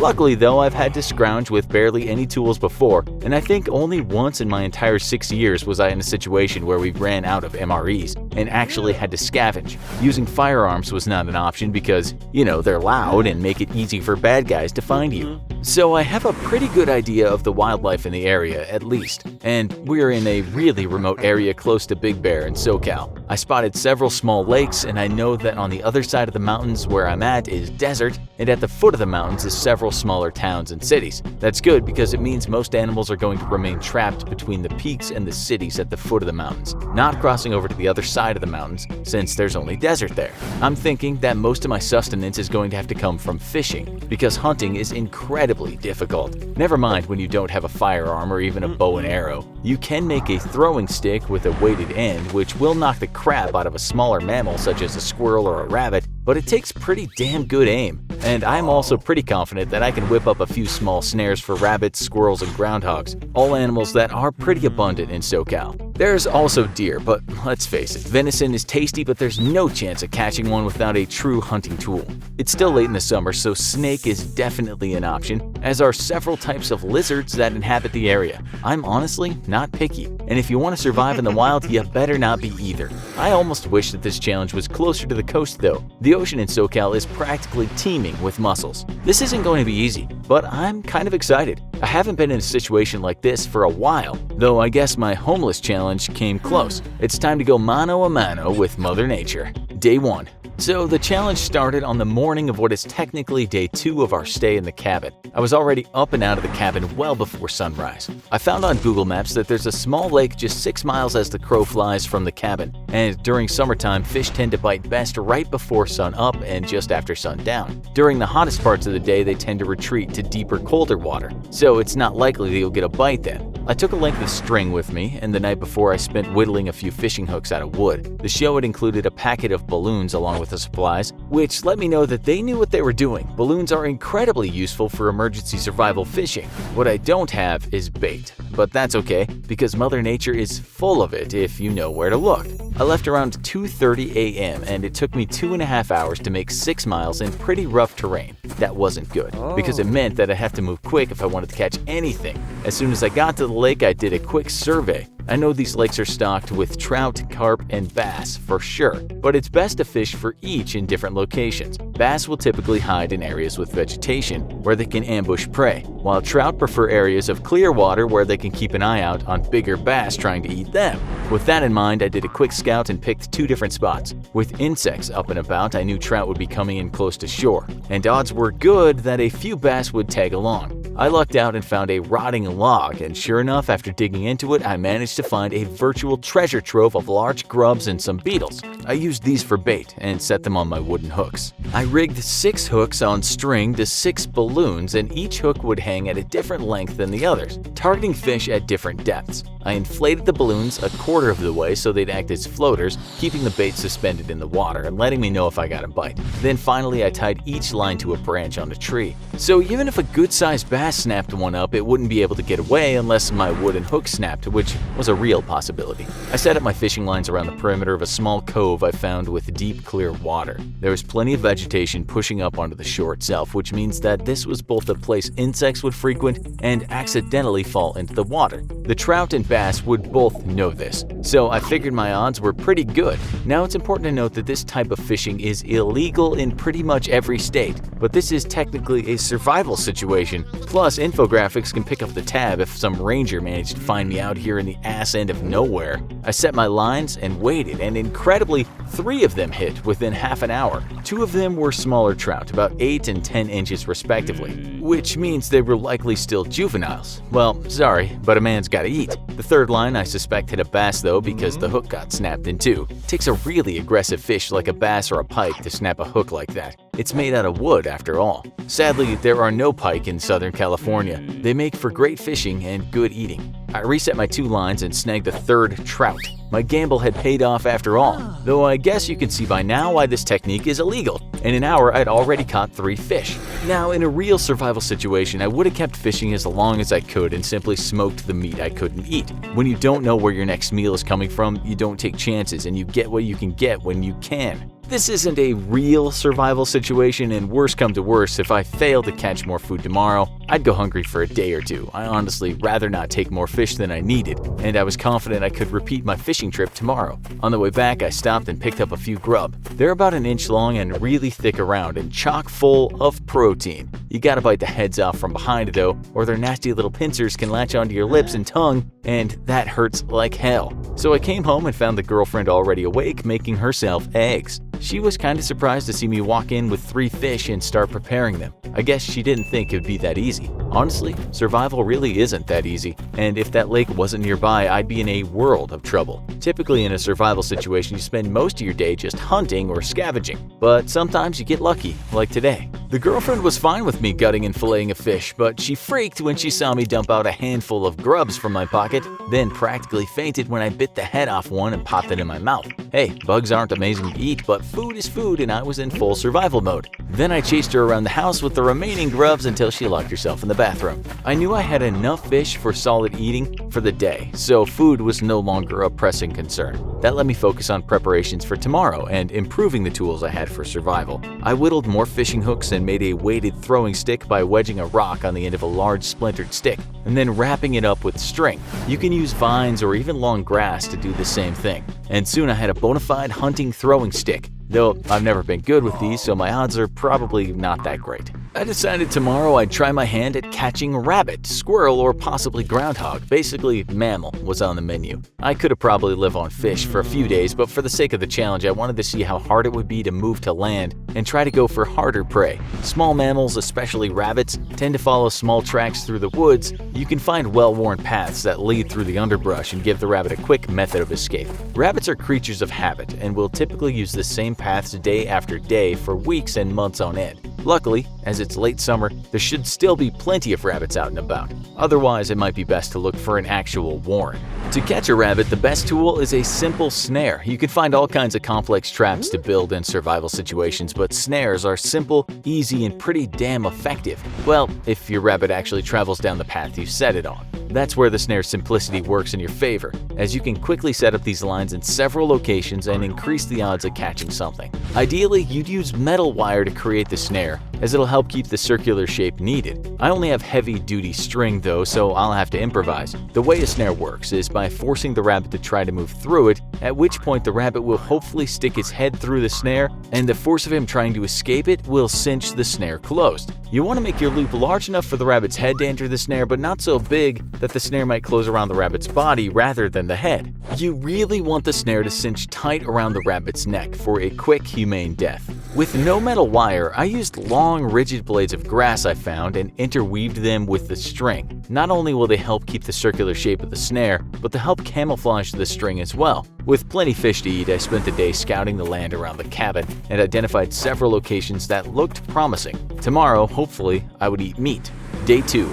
The best time to hunt a rabbit is early in the morning or late in the afternoon, and the best way to hunt rabbits is with dogs. Sadly, I'd have to rely on trapping one instead. I set out at 4 a.m. this time and set up 8 snares along what I hoped were different trails used by rabbits. To set each snare, I found a part of the path where the vegetation closed in and made a natural funnel, then further closed the funnel in with sticks I dug into the ground, sort of like miniature fences on each side. You have to be careful and not make it super obvious, because rabbits are incredibly skittish animals. But you should work the vegetation to make a narrow enough funnel that the rabbit will more likely than not hit your snare as it's running along. Then I simply hung the snare from an overhead branch. There would be nothing to do until about noon, and my stomach was definitely growling. I wasn't very confident with my snares, to be honest, because even if you hit the right path, you still have to get lucky enough for the rabbit to actually run through the snare itself. Odds are never in your favor when snaring or trapping with homemade items. So with the sun rising, I knew that lizards and reptiles would be waking up and moving to warm rocks to absorb the sun and get their cold blood warmed up.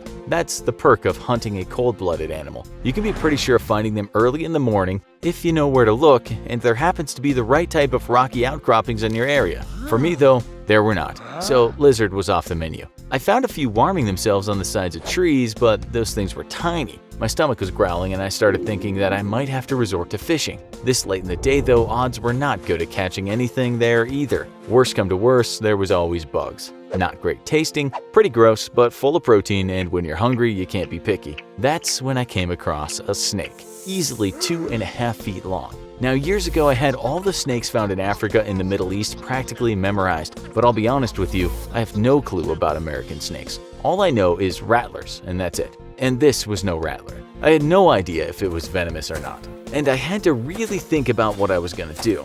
Was it worth the risk? Yes, I decided, because if this was a real-world situation, I would take the risk. You do not look a gift horse in the mouth when you're in survival mode, because nature is incredibly fickle and cruel. It must have been around noon then, which meant the snake was fully warmed up and mobile, and that's a shame because it would have been much easier to catch early in the morning while it's still slow after the cold night. I chased it into a tree stump and managed to corner it, and then thought carefully about how to do this. It was coiling up, so grabbing it by the tail wasn't an option. And all I had with me was my weighted stick. I doubted I could hit this thing's small head with one throw, so I looked for alternatives. I found a large rock. Perfect. I grabbed the rock and, holding it over my head, simply smashed it on the snake. Not pretty, certainly not graceful, but that was one dead snake. I picked up my prize and just started heading back home, checking my snares on the way back, to find nothing, just as I thought. Honestly, I can't overstate just how much rabbits hate to be eaten. If the girlfriend nearly fainted when I ate grub in front of her, she about died when she saw me bring in a snake. She's not typically girly girl, she's probably one of the toughest people I know, to be honest. But while I was going through survival training and all kinds of unpleasantness in the military, she was going to fancy acting academies in New York. Let's just say that all the food she's ever eaten has been nicely wrapped up in plastic at the grocery store. Snake's easy to prepare, just slice it in half and scoop the guts out, then lay in sections over a fire. Turns out this thing was a gopher snake. Totally not dangerous to humans at all, but hey, no reason to take chances. At about 2.5 feet long, it wasn't exactly belly-filling for an entire day, but enough to live on. Later, I checked my snares and still nothing. Though one had been knocked aside, a little bastard probably ran right past it. I fixed it and left all the snares up overnight. Day 3. I did not catch a rabbit. Actually, the snares didn't work at all. I found 2 of them on the ground, which means that a larger animal probably trashed them. No blood though, so it wasn't like a rabbit got snared and then a coyote or bobcat ate my lunch. That's okay. I didn't really think I'd have much luck with the snares. You really have to get lucky with those things. Instead, I went fishing again today because I had little faith in snares, and I honestly didn't think I'd get so lucky again with finding another snake.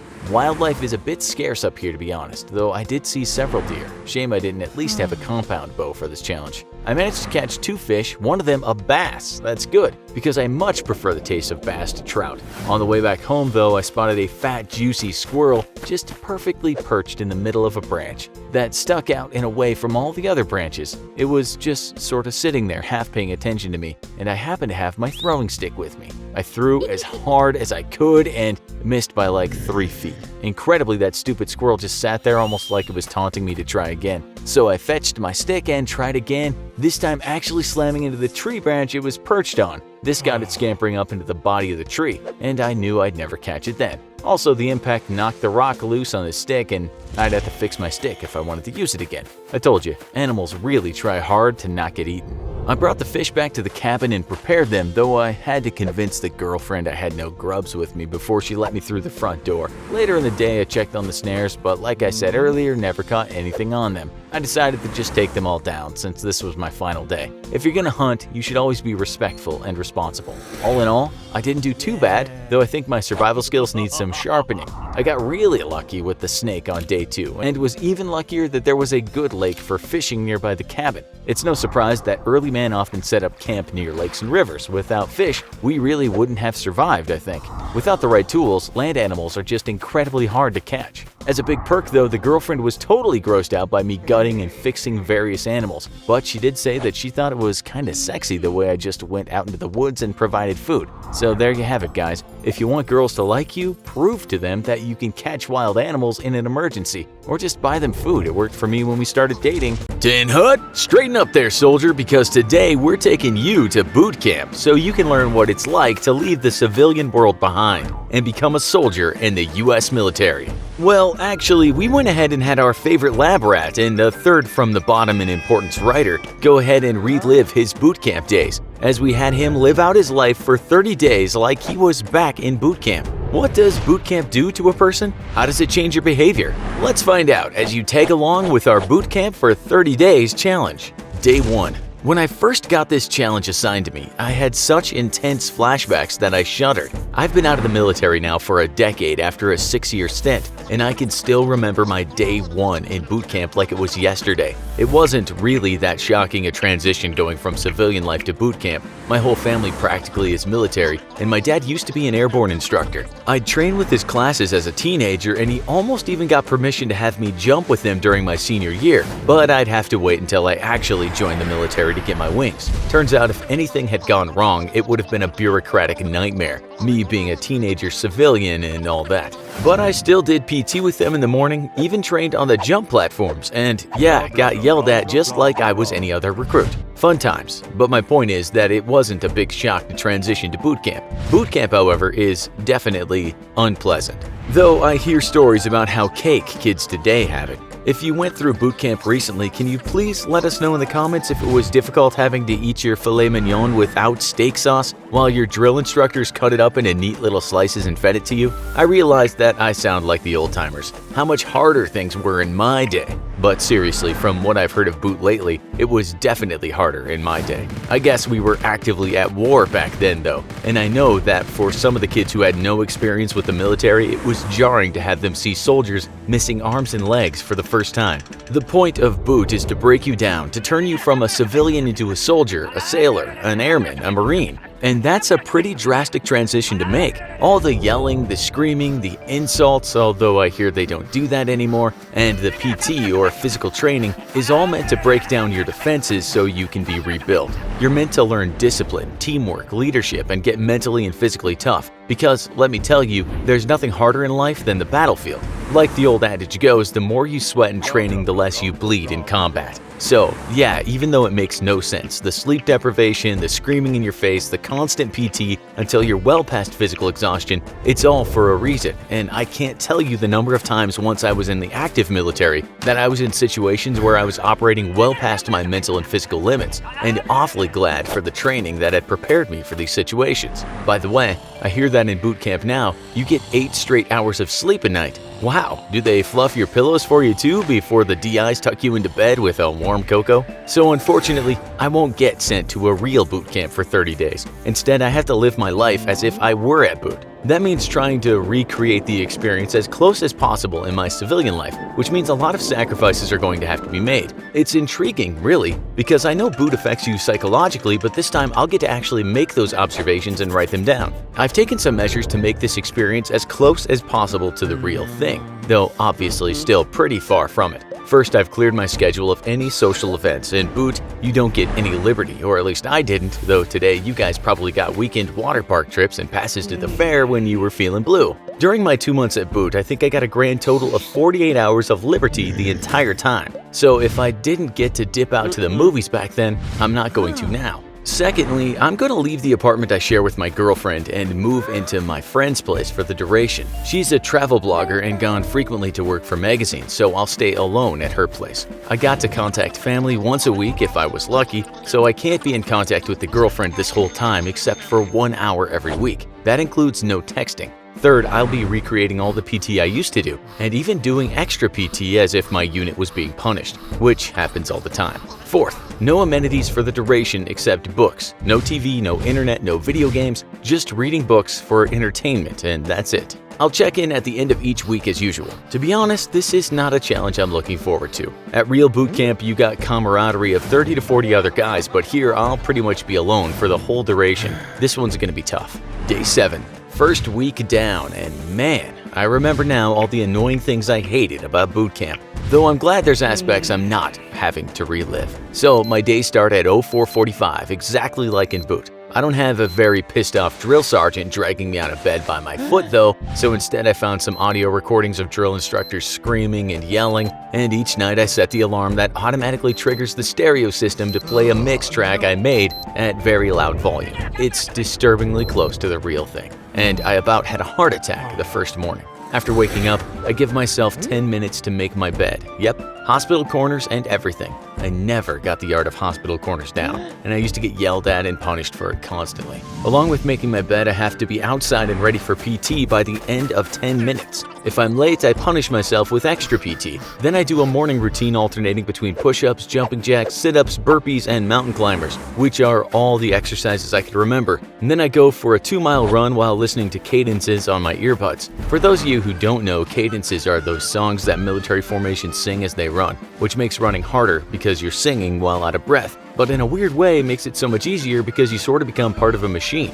You hypnotize yourself into just running and the exhaustion seems far away. After PT, I give myself 20 minutes for the famous 3 S's: shit, shower, and shave. Those 20 minutes also include completely cleaning the bathroom so that it's spotless. I then inspect the bathroom, and if I find anything out of place or dirty, I punish myself. Yep, more PT. Honestly, at this point, I'm starting to feel like a masochist. By the way, if you're on your way to boot and you get assigned to clean the toilets or sinks, after you scrub them, rub the porcelain down with your bare hands. Yes, even the toilet. It's gross, but the oils in your skin will make the porcelain shine and make any stray pubic hairs stick to your hand. Just make sure you wash your hands thoroughly afterwards, without messing up a sink all over again, of course. Although, I don't know, maybe in boot camp today they hire maids to clean your toilets and make your bed for you. My absolute least favorite part comes next. Breakfast. Back in boot, we had to eat according to a system. You would form a line along with everyone else, maintaining the position of attention the entire time you were in line. Drill instructors would wander through the line and very swiftly punish anyone whose position of attention wasn't perfect. We shared lunchtime with our entire company though, so there would be hundreds of us, perfectly silent and waiting our turn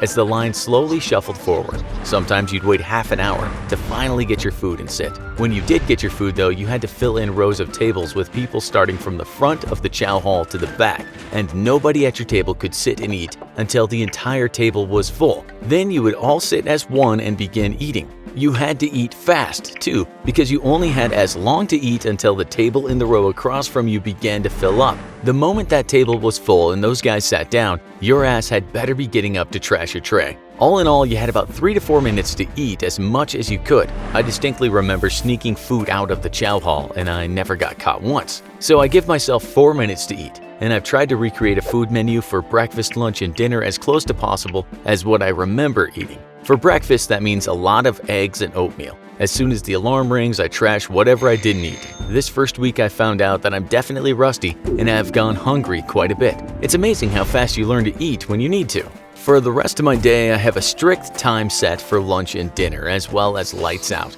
I also had a friend who programs Whip Up an app for me as a favor, which randomly sets off an alarm throughout the day. The frequency and timing of the alarm are totally random, but I use it to simulate the countless times throughout the day at basic that you're getting yelled at and disciplined with PT. So every time the alarm goes off, I drop and alternate between push-ups, sit-ups, and burpees. Burpees suck, by the way. I don't watch TV, cruise the internet, or anything like that. Instead, I let myself read for entertainment, and of course I work on my writing. All in all, the experience is definitely not like the real thing, but I feel like I've recreated most of the highlights. The girlfriend is taking this much harder than I am though, especially because she was only allowed to talk to me for 1 hour today at the end of the week. She asked to visit, but that's not possible, so we can only talk on the phone. I think she really misses me. Oh, and she was not happy about me shaving my head because, yep, I did that too. Keeping a buzz cut is pretty integral to the experience, and I haven't shaved a head since I left basic, mostly because I'm seriously ugly when I'm bald. So very grateful I have great hair genes.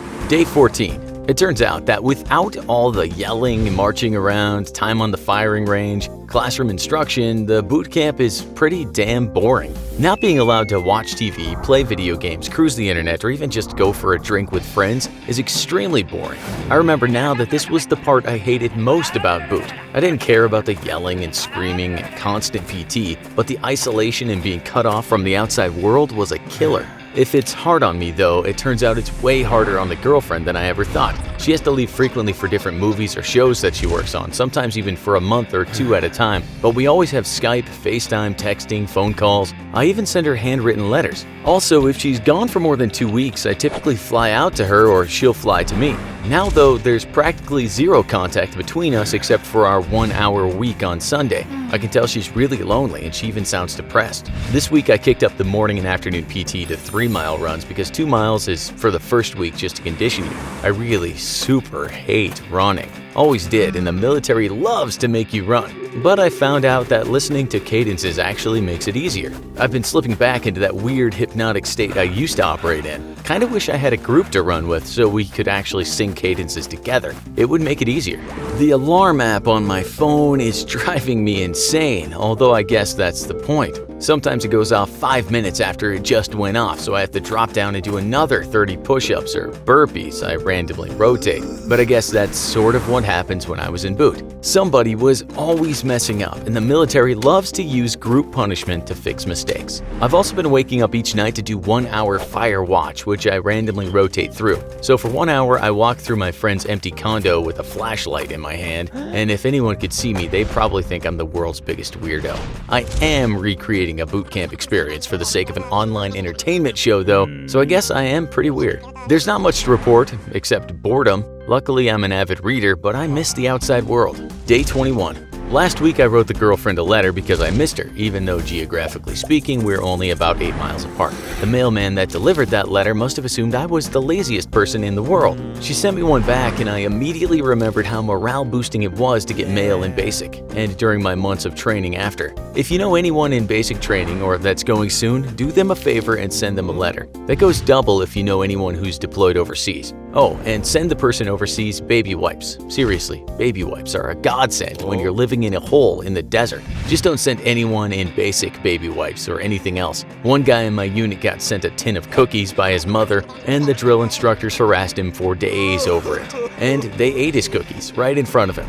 Man, now that I think about it, being a drill would have been a lot of fun. This week, the running went up to 4 miles, once in the morning and once in the late afternoon. Honestly, at this point, I might be confusing my basic training with my training for the various schools I went to after basic.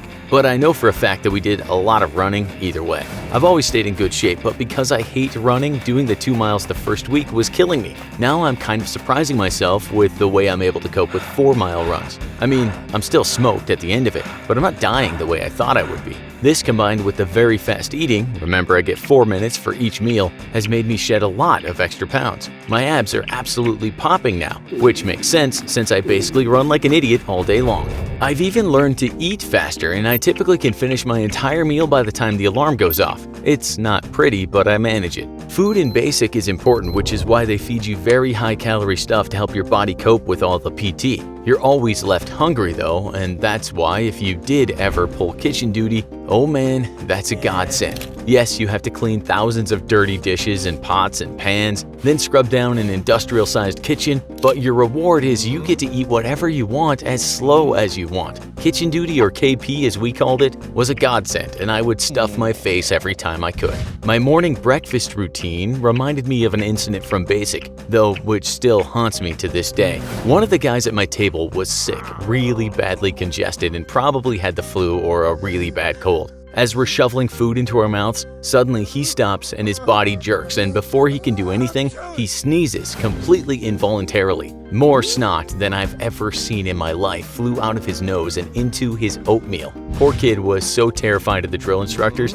and so damn hungry that he ate it. He ate oatmeal loaded with mucus. It was the single most disgusting thing I've ever seen, and I randomly remember it to this day. In non-vomity food news, this week I've changed my midday meal to MREs, which I snagged from a surplus store nearby. At this point in Basic, we started spending a lot of time in the field, and that meant no hot meals, just MREs. Honestly, I've never hated MREs the way some people do. In fact, I always kind of liked them. The jalapeno cheese is off the chain, and I remember that it and the cocoa powder was basically currency. You could literally buy things from people using them. 1 week and 2 days left, and honestly, I can't wait to get back to my normal life. See you guys at the end. Day 30. Today, I finally came home, and the moment I walked through the door, the girlfriend literally threw herself on me, very quickly followed by the dog. She then saw my shaved head and made a gagging sound, which I totally agreed with. My revisit to boot camp days is finally over, and I'm very happy about that. I honestly feel it would have been a lot easier to actually go back to boot camp instead of do this weird experiment alone in isolation. The camaraderie of the other recruits really makes the experience in isolation much more manageable. What I experienced was basically very disciplined hermitdom. Doing this, though, did hit on a lot of the core points of the boot camp experience. You really do start to feel completely isolated from the world. In fact, you feel like you aren't even a part of it anymore. That's how complete our quarantine from the real world was. When you deploy, you still get news, TV, internet, phone calls, emails, all kinds of ways to stay in touch. Unless you happen to go really far downrange, of course. But at boot, we got none of that. And I definitely nailed that isolation and loneliness. Stepping back into the real world is kind of gonna be weird, let alone eating food at a leisurely pace or even eating what I want. I was very strict about my meals and stuck to a plan that resembled what I remember from boot, but now I get to eat what I want again. Tomorrow I'm hitting in and out the moment they open, and it's gonna take a SWAT team to get me out. I've reflexively found myself saying sir and ma'am a lot now again. I occasionally got to interact with the outside world during my experience, like having to go to appointments or grocery shopping, and I was calling people sir and ma'am constantly. You can always tell when a kid is fresh from boot because every other word out of their mouth is sir or ma'am. There are a lot of things I couldn't simulate, like an FTX or field training exercise. That's typically a big part of the final weeks at boot camp when you go out into the field and live in the weeds for a few days. The constant stress of being yelled at and having aggressive drill instructors in your face is another factor I couldn't simulate, which I feel is pretty much the cornerstone experience of boot camp. The constant PT, though, is something I definitely did, and I had to tell you, it's really easier when you're part of a group. There's something to be said for the way the military makes you do PT with your unit. Being part of a machine, one cog out of many, makes even physically exhausting tasks manageable. I made a deliberate choice to leave the military after 6 years to find a more peaceful life, but I'd be lying if I said I didn't miss it intensely at times. Especially the part where you find yourself operating so far past your limits that you look back and can't even see them anymore, and your team is right there beside you. The first time you experience that moment, it's something you just don't forget, and you typically first get your own moment in boot. Depending on what your job ends up being in the military, you might find yourself there often, and it's terrifying, exhilarating, and the most alive you'll ever feel. It's also addicting, and eventually you'll hit that point where you'll have to choose whether you want a shot at living a normal life or not, if your luck doesn't run out first. It's been back-to-school season in the US for a few months, and that means only one thing for most elementary kids and their parents. It's lice season. The much-dreaded tiny animal is notorious for infecting the heads of children, who often don't practice the same hygiene practices that adults do and thus leave themselves vulnerable to infection. All it takes is one child, and soon an entire classroom can be host to these tiny little creepy crawlies. But what happens if you actually do get lice? And what's the best treatment for them? Once more, we're turning to our favorite lab rat as we challenge him to deal with a lice infestation. Day 1. What the actual bleep is literally what I said on the phone with the infographic show after they sent me an email telling me my next challenge. It's back to school season, they said. People want to know about lice, they said. You could help people find out how to treat them, they said. And after a renegotiation of my fee, I finally relented and accepted. The next day, today, I got a package via private courier, and after signing for it, I brought it inside and just stared at it, knowing what was inside. Finally, I opened the box up and revealed several plastic tubes, and inside were what looked like small white dots, except they were moving. I was holding a box full of lice, and pretty soon they were going in my hair, just so I could find out what the best way to destroy them was. Well, I could just chuck them in a fire right now and that sort it out, wouldn't it? But no, that's not what I'm getting paid to do. And believe me, I'm getting paid very well for what I'm about to do. So first, I'm home alone, which is the only way I could do this challenge. The girlfriend is in Canada filming something, or else I know there'd be no way she'd let me do this. She's a clean freak, and infesting myself on purpose with lice ranks up there with, honestly, I don't know. There's nothing I could compare it to, but I'm pretty sure she would make me move out and only allow me back in when she's run me through full military nuclear, biological, and chemical warfare decontamination techniques. I told her over the phone and she just gave off a really deep sigh. I think a year ago she would have put up a fight, but by now she just sort of accepts the insanity I go through sometimes for my job. She made me swear I would boil all of our sheets and basically clean the entire house when it was over and before she got home, so thanks, infographics. Okay, so that's the little effect these buggers are already having on my social life. What can I expect them to do to me physically? Well, lice come in 3 varieties: head lice, body lice, and the infamous pubic lice or crabs. Pubic lice are kind of a misnomer though, because any lice you get in your crotch are automatically pubic lice. Basically, all lice live amongst your hairs and then move down to your skin so they can bite you and feed on your blood, like tiny disgusting little vampires. The resulting bites can be itchy, and though lice are not generally thought to be disease vectors, their bites can be so itchy that you inadvertently tear the skin open and cause infection. Not gonna lie, I am relieved to hear that there's little risk of these things carrying disease. Plus, infographics promised me that they were, quote, laboratory level sterile, end quote. Whatever in the world that means. You know what? I don't want to know. I literally have no desire to know from where in the world infographics got their hands on what are apparently medical quality lice. I did do some research online, and apparently you can even get lice in the mail, but I very quickly ended my search. So I'm going to be testing a variety of different treatments for getting rid of lice, and I'll be purposefully pouring them into my hair. I've never had pubic lice and never intend to, so that's off limits. I'll start with some homeopathic remedies and then move on to the real stuff, actual medicine. Spoiler alert, homeopathy is not a thing, so I'm confident none of those remedies will actually work, hence why I saved the real medicine for last. The treatments I'll try are tea tree oil, lavender oil, vodka, yes, you heard that right, and finally actual medicine in the form of shampoo designed to kill lice and their eggs. Looking at this list, I'm actually kind of thinking the vodka may have a pretty good chance of killing off the lice along with the shampoo, and I'm talking about real vodka here, not the wimpy stuff you buy at the grocery store. I once was assigned to teach firearms handling to Ukrainian forces, and they introduced me to Ukrainian vodka so strong it'll strip rust off of steel bolts, and you can totally buy it online. My first try nearly burned a hole through my gut, so I'm pretty confident this is going to destroy the lice. Treatment 1. Tea tree oil. Okay, so lice went in the hair a few days ago, and per the instructions I was given, I gave them a day to settle in. You know, unpack their bags, get used to their new home, which is my freaking head, but also because apparently these guys do not live very long without human or animal hosts, because they starve to death, which explains why I was sent so many lice at once. Apparently at least half of them were probably dead already. Their one free day was so they could feed and recuperate, and if you don't think I was freaking out over purposefully playing host to a bunch of bugs in my hair, then you're thinking wrong. We love tea tree oil, don't we? I mean, you saw it touted online as the solution to literally anything. Apparently Aboriginals in Australia used it for its medicinal properties for thousands of years, and it does have some medicinal qualities to it. And it's all natural, which means overprivileged first worlders geek out and pay a 3,000% markup for it. I get it, it just feels good to use something all natural, just like Mother Nature intended. Don't take harsh chemicals or drugs, just fall into the loving arms of Mother Gaia and let her love heal the hurt away with all the natural vibes. Except it didn't work at all, and I applied it extremely generously to my head and let it sit for half an hour, then rinsed it out. got out a knit comb I picked up at the store and started going through my hair. There were a number of clearly dead lice, but it seems like most were happily moving around, going about their lives, probably thanking me for the all-organic bath they just had while going to their local Lice Starbucks for a nice Lice Frappuccino made from fair trade beans. So I repeated the treatment again a day later, once more doused my head with tea tree oil, let it sit, rinsed it out, ran a comb through my hair, same result. Not as many dead lice as the first time, still plenty of living lice. I did it one more time, exact same result.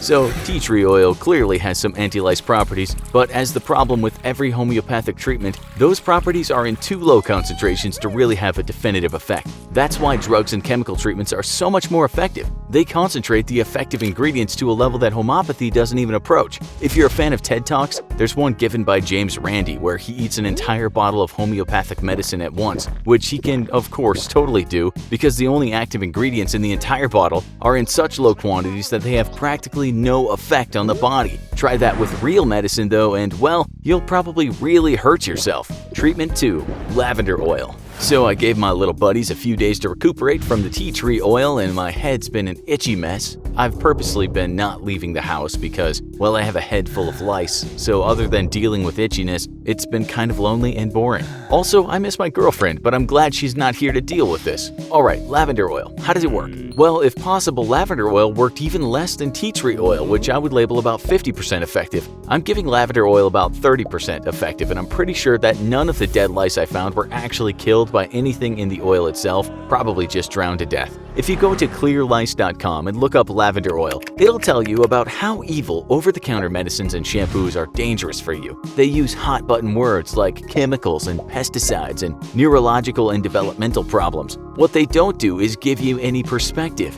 Yes, the chemicals involved in over-the-counter treatments could in fact be harmful, but only if you were to consume them in astronomically high doses. One of those chemicals, permethrin, is found in many lice shampoo treatments, but if you search for its toxicity, you'll find the dose at which it becomes lethal for 50% of test rats exposed to it is 270 milligrams per kilogram of body weight. And even then, if only injected directly into the veins of the animal. When you extrapolate that to human toxicity, you'll basically have to inject an entire bottle of lice shampoo directly into your veins for it to have a 50% chance of killing you. Honestly, if you're getting adverse effects from lice shampoo, it's probably because you're supposed to be using it on your head, not injecting it into your freaking veins. Oh, also at clearlice.com they explicitly say that lavender oil does not kill lice, yet thousands of websites recommend it as an all-natural treatment. That's kind of hilarious. Treatment 3. Vodka. Hey, you know what's super not a good idea? Pouring 170 proof vodka imported from Eastern Europe directly onto your scalp. Do you guys remember the terrible Ghost Rider movie? Yeah, that's exactly what my head felt like after bending over in front of the tub and pouring very strong and very expensive vodka into my hair. I'm not gonna lie, I tried it once, only because I can take feeling like I'm being chemically scalped once in my life. I hear it's a popular remedy in Russia, but Russians also commonly throw babies into snowbanks before major surgeries to slow their heart rates. I'm not saying it's not effective, I'm just saying there's more non-Russian ways of doing things. As far as killing lice, honestly, I don't know. I couldn't even stand touching my head for a day after this, so I didn't even bother checking. Pretty sure all I did was give my head lice the best party of their life. Treatment 4. Actual medicine. Okay, so my final treatment, I went ahead and consulted with a pharmacist who recommended a specific type of shampoo. Apparently lice are becoming resistant to the chemicals we've been using for decades, which makes sense, that's just how evolution goes. So the pharmacist recommended a shampoo that uses dimeticone, or a type of silicone. If you love homeopathy and fear chemicals, then this is the stuff for you because it kills lice mechanically, rather than with chemicals that attack its biology. The dimeticone physically coats the lice and essentially makes it impossible for them to breathe, which kills them. It's less effective on eggs, but that's why you're supposed to continue the treatment over the course of several days, killing the new generation before it has a chance to lay eggs. So that's what I did. And let me tell you, this stuff stinks. It smells really strong, and you have to leave it in for several hours, which is not a huge selling point to be honest. But later that night, I rinsed it out and ran a comb through my hair and found more dead lice than I've found to date with any other treatment. I kept repeating the treatment, and each day I was finding less and less live lice. This was clearly the most effective method I've tried yet. It's now been a week since my last treatment, and I'm happy to report that I appear to be 100% lice-free. This has been a horrible past few weeks, and one of the grossest challenges I've done. But I'll take some small satisfaction in knowing that I murdered an entire generation of lice while they were still virgins. Small payback, but I'll take it. The public bathroom. Is there anything more reviled and disgusting, yet completely frustratingly necessary in our civilization than the communal pot? Study after study have shown that public restrooms are germ factories. And if you've seen some of our own episodes on the subject, then you probably haven't used a public restroom since. But what if that was your only option? What if your sacred porcelain throne was forever out of reach and your only recourse was to use a public bathroom instead? Every single day, every single time. We're once more delving into the deepest scientific mysteries known to man and forcing your favorite and our least important writer to use only public bathrooms for a week straight. Day 1. Thanks, YouTube. Really, I mean it. Thank you so much for feeding the Satanists who run the infographic show even more ridiculous ways to make my life as inconvenient, disgusting, and painful as possible. What's next, YouTube? Challenge: I ate only live hornets for a month straight? I should probably keep my mouth shut and not give infographics any ideas, but I'm pretty sure even they wouldn't go that far. Not gonna lie though, I had second and then third thoughts about that last statement. So here's the thing, my girlfriend used to hate these challenges and sometimes she still does. The no lying for a week pretty much torpedoed our social life, and she made me sleep on the sofa when I couldn't shower for a month straight. But lately she's kind of been enjoying these new challenges. I don't know if she sees it as a payback for all my other shenanigans, but I swear I see the little devil horns growing on her head when I tell her things like, "Hey babe, guess what? I can't use the bathroom in the house for the next week." I swear, she's in cahoots with the infographic staff. Okay, so no house bathroom for a week. I had to sit down and think out the logistics of this one, because obviously this means I'll have to be trying to find a public bathroom every single time I have to use one. The dog gets to pee and poop outside and nobody bats an eye, but I'm pretty sure that if I tried the same thing, someone would call the police. Talk about double standards, it's the exact same stuff. So, in order to make this feasible, I plotted out all the local businesses and their hours of operation. Luckily, I happen to live literally right next door to a 7-Eleven, so popping over next door in the middle of the night for a whiz is no problem. I go in there all the time now for years, so I'm pretty familiar with the guys behind the counter. And I think it'll be no big deal to use the bathroom even in the middle of the night. There's also a Starbucks across the street, which is great because their bathroom is open in the seating area as opposed to the 7-Eleven bathroom, which is in the employees only area. That means I don't have to ask permission at Starbucks, and I've already decided on a cover story for using the bathroom everywhere else. My apartment is undergoing renovations. Luckily for me, I've always been on good terms with the guys who run the 7-Eleven next door, so I'm pretty sure I'll have reliable access to that toilet for emergencies. There is also a gas station across the street, but again, that one's the type where you have to ask for a key, and to be perfectly honest, I think I've been inside it like twice in the last 7 years I've lived here. I think my strategy is going to be to spread out the bathrooms I use so that I don't wear out my welcome anywhere, or at least so people don't think I'm the biggest weirdo on planet Earth. I think the gas station would be good for 2, maybe 3 visits tops though, just because I'm really not familiar with the staff there. There is a large grocery store also across the street, but theirs are also the types of bathrooms you have to ask to use. I go there pretty regularly, but after my wearing women's makeup for a week and the no lying for a week stunts, I'm not sure how welcome I am to be frequenting their bathrooms. They already probably think I'm the weirdest person in town, and I really don't want to add to my reputation. There is thankfully a Carl's Jr. also across the street though, which I can use at any time because they are a 24/7 restaurant and the bathrooms there are also public.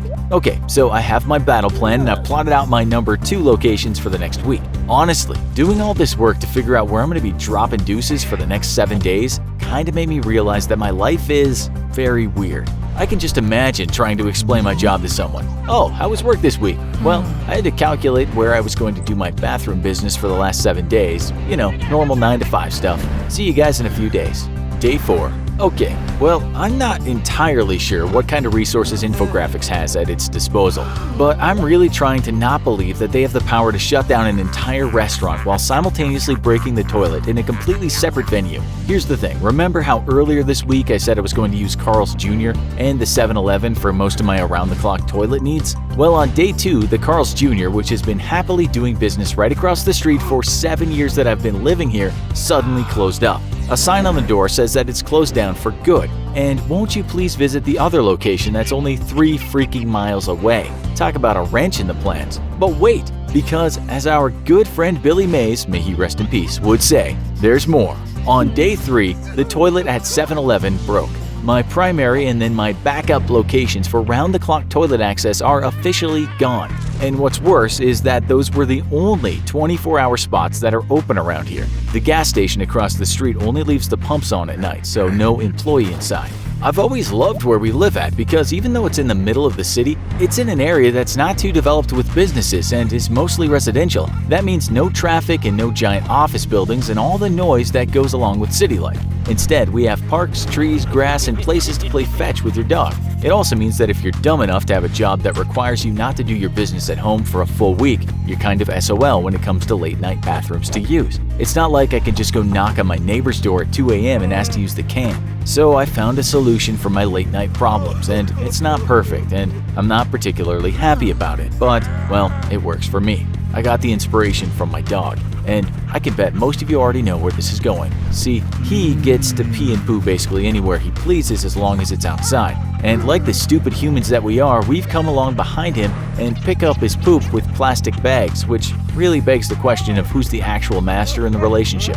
No, I'm not going in plastic bags, but believe you me, it's not like the thought didn't cross my mind. Instead, I'm going all natural. There's a large empty lot a short walk across the street from my apartment complex where huge power lines run through. It's fenced off with a low fence and ringed on both sides by houses with their own walls or fences. There's a keep out sign posted there because of the big power pylons and some waterworks plumbing, but I usually ignore it and take the dog in there to throw the ball and let him run around off leash. This is my new bathroom, and it's perfect because the trees at the front that block the line of sight from the field to the road, and it's the perfect place for incognito poos. But I'm not gonna lie, I feel like a criminal sneaking off to drop a deuce in secret and out in public. Again, the dog does it literally every day, but I'm pretty sure it's a criminal offense if I got caught. As far as my regular public restroom use goes though, oh man, it's bad. What is it with people that when they get into a public restroom, they literally lose their damn minds? You can take a normal civilized human being who regularly uses a toilet at home and then stick them in a public restroom, and they can walk away leaving a catastrophe behind. It's like people literally don't understand how to use sinks and turn them on full blast so water goes everywhere, or like they've just had a hand transplant surgery and their pee goes literally everywhere. And don't get me started on the biggest mystery of all. Why in the blue blazes do people not flush their turds after dropping them? What could possibly compel a normal person to drop a deuce in a public toilet and then literally just walk away, like it's the normal thing to do? I get that most public toilets are automatic, which by the way I suspect are only automatic because of this exact problem, but I'm pretty sure your toilet at home isn't automatic. You know how to flush. Why do you have to be this way? But the biggest mystery is when there's no toilet paper in the bowl. That's right, somebody just did their business and then literally just walked away, just drop and go. No wipe, no flush, just plop and turbo on out of the bathroom. Day 7.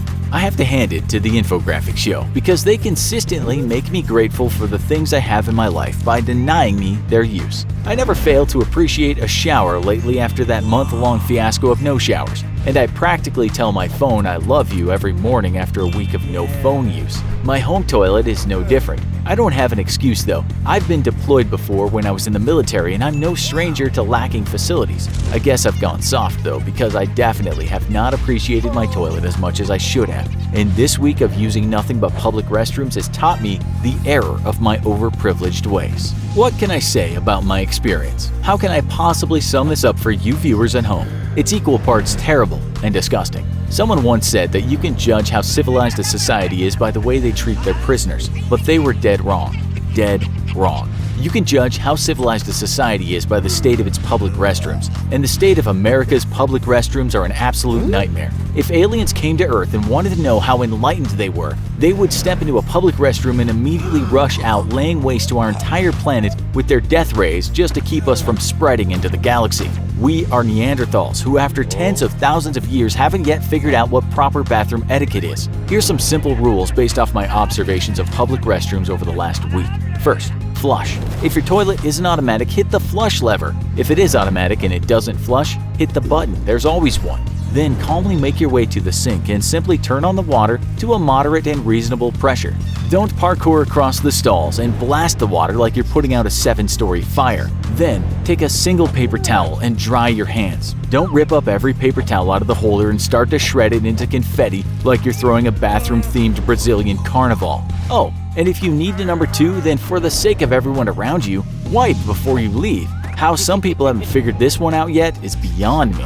You're cooped up at home watching your favorite videos on the infographic show. You love the ones where that guy does crazy stunts and challenges. You can't believe the things he gets up to. You're watching the one where he spends 24 hours in the bathtub as his body gets more and more wrinkled and his body gets more sore from lying against the hard edge of the tub. Fortunately, his body doesn't suffer any real ill effects from the super long bath, aside from some oddly loose skin that'll fit back into place perfectly once the body dries out. You're bored without too much to do at home and you wonder, could you top this crazy stunt? You're not going to spend 2 or more days in the bath, so you instead think about what else you can take a bath in. What would it be like to take a 24-hour bath in soda? Would the sugary fizzy substance have a worse effect on your skin, or would it be safe? You're about to find out. You've got a large stockpile of your favorite cola at home and an empty bathtub. After pouring out most of your stash into the bathtub, your tub is filled near the top with a brown, bubbling liquid that doesn't look particularly inviting for bathing,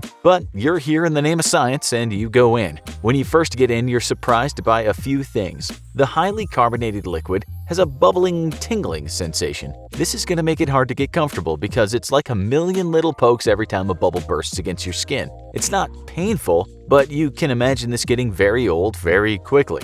The good news is the soda isn't going to stay carbonated forever, and when exposed to the open air, it'll eventually go flat. No one likes flat soda, but it'll make lying in this bath a lot more comfortable. You're glad you opened a few windows before this experiment because these bottles contain a lot of CO2, and you don't want to inhale all that in a closed space. The other thing that stands out is that the sugar content of the soda is very clear. You can feel a sticky sensation on your skin when you lift your hand out of the tub. And you imagine that when you get out of your extended soda bath, you're going to need another bath to get it all off. When you dip your hand back in, it feels like the sugar is getting washed off, but you know it's just picking up a new layer from the soda bath. You have to be careful of how you sit in the bath, because the more you sink into the tub, the more you're going to get that sticky feeling all over your body when you sit up. You've got a long time ahead of you in this bathtub, and staying comfortable is going to be a challenge. You start to wonder what you've gotten into. What do you really know about this substance you volunteered to sit in for a day? Coca-Cola is one of the most popular packaged beverages in the world, and most of its ingredients are familiar, those we know at least. It's one of the most closely guarded secrets in the world, and its main ingredients are carbonated water, sugar, either sucrose or high fructose corn syrup, phosphoric acid, and caramel color. Plus, natural flavorings. Those natural flavorings are where the big mystery comes in, as the secret flavorings are as tightly guarded as KFC's 11 herbs and spices. There's one flavoring you're pretty sure isn't in there anymore though, cocaine, which was originally included in small doses of extract from coca leaves when the formula was perfected in 1891. There are many other colas, but most have a similar formula with slightly different ingredients. As you sit in the bath and watch your skin get stickier and try to turn pruny, you're more worried about another ingredient you see on the label: phosphoric acid. The idea of sitting in a formula that contains acid for 24 hours is more than a little worrying. You're starting to get visions of dissolving in the bath in your head. The good news is that while phosphoric acid is a potent acid when in its pure form, it can cause burns on the skin or eye damage. It's harmless when diluted. When added to soda or jam, it's used to create a mild, tangy flavor in food. Back in the day of old-fashioned soda shops, sodas containing it were called phosphates. Phosphoric acid is also used to remove rust, but you're hoping it won't have the same effect on your skin. You've been in the bathtub for several hours now and you're following the rules of the original video. You can only complete the challenge if you stay in the tub for the entire time without a break. The good news is you're fully equipped with technology and your phone and computer are nearby. You can watch videos, order food, and keep busy. But you can't help but sneak a look at your hands and legs every once in a while. This is much longer than the average bath. And you can definitely see your feet and hands starting to get that loose texture that comes with sitting in the bath too long. Does your skin look a little darker from the caramel color sinking into your skin? You're not sure, but you think you can see a slight difference. It'll be much clearer after another few hours. The guy in the original video didn't suffer any long-term physical problems from sitting in the tub for a full day. Besides a sore back and some loose skin he had to be careful not to pull on, but he made it pretty clear that he wouldn't push it much further. There are risks to being constantly immersed in liquid with no break, as soldiers often find out. The most common injury from overexposure to water on the skin is called trench foot, for soldiers who spend days on end walking through wet, marshy climates in combat. With no break and no opportunity to take the boots off and air out their feet, their shoes trap the water and cause swelling, poor blood supply, and a terrible odor from the feet. If treated, the feet will return to normal within a few days. But if the condition is allowed to progress, it can result in blisters, sores, fungal infection, and even gangrene. The good news is this is most common when people are walking constantly in wet shoes. All you have to do is lie there, and you don't have to worry about any of that. Normally, you'd be busy in the bathtub, scrubbing yourself clean and using soap and shampoo. But taking a bath in soda is enough of an experiment. You don't want to add more substances that muddy the experiment. Besides, you think scrubbing in sugary water confuses the point of a bath. It's been almost 8 hours now and the water is almost completely flat. That makes it a little more comfortable, but the sticky feeling on your skin is getting more and more pronounced with each hour. It feels like you're coated in a thin, sticky slime of soda. The caramel color is definitely starting to seep into your skin. It's a potent color that's been used in the personal care industry for years as a way to dye hair. But being immersed in it for hours on end makes you wonder if you're going to end up with an uneven tan. You wonder if anyone else has ever done this experiment. You don't have anything else to do while you wait for your soda tub quarantine to be over, so you decide to look up other Coca-Cola baths. You find a few videos of guys claiming to be doing Coca-Cola baths, but most of them are obviously fake. Your skin is starting to get loose and feel a little raw, and you really want to know what a long-term stay in soda is going to do to organic matter. You might not be able to find the answer in a video of someone doing the same challenge, but you can find the next best thing: science experiments on food.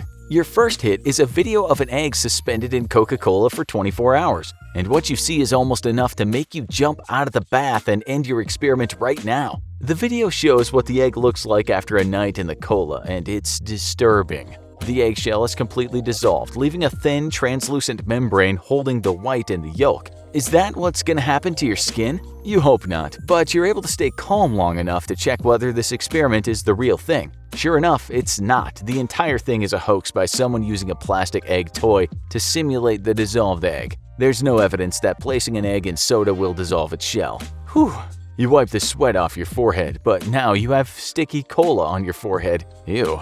The next experiment you look at is more reassuring. It's a test on whether a marinade of Coca-Cola will dissolve a piece of meat. As you're made of meat, this seems relevant. It's a long-standing urban legend that leaving a steak in a Coca-Cola bath for 48 hours will dissolve the meat entirely, but it's just that, an urban legend. In fact, the meat can be left in for several days without even starting to break down. What it will do after only a day or so is start to tenderize the meat, making it a handy marinade that adds a tasty and sweet overtone to the meat at your next barbecue. Sounds like a recipe to note down once you're out of the soda bath. It's been a long day inside this cola bath, and you've managed to keep busy by reading up on similar experiments, ordering food, and moving around just enough to keep your body from getting too stiff in one position. You've been taking your arms out of the bath frequently to do things, so they're not that much more pruny than your usual appearance after a bath. They're covered in a film of sticky soda sugar that gets dried after a short time outside the bath and then gets wet and slick again when you plunge them back in. Your lower body is a different story, as it's been in the tub this whole time.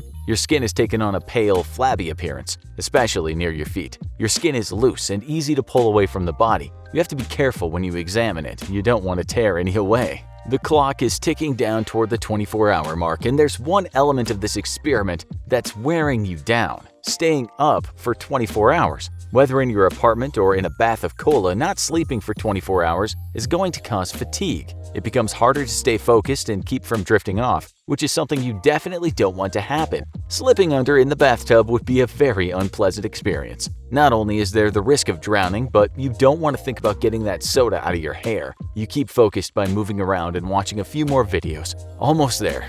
The alarm clock strikes. It's 24 hours. Time to free yourself of your soda bathtub prison. There's just one problem. You gotta get up.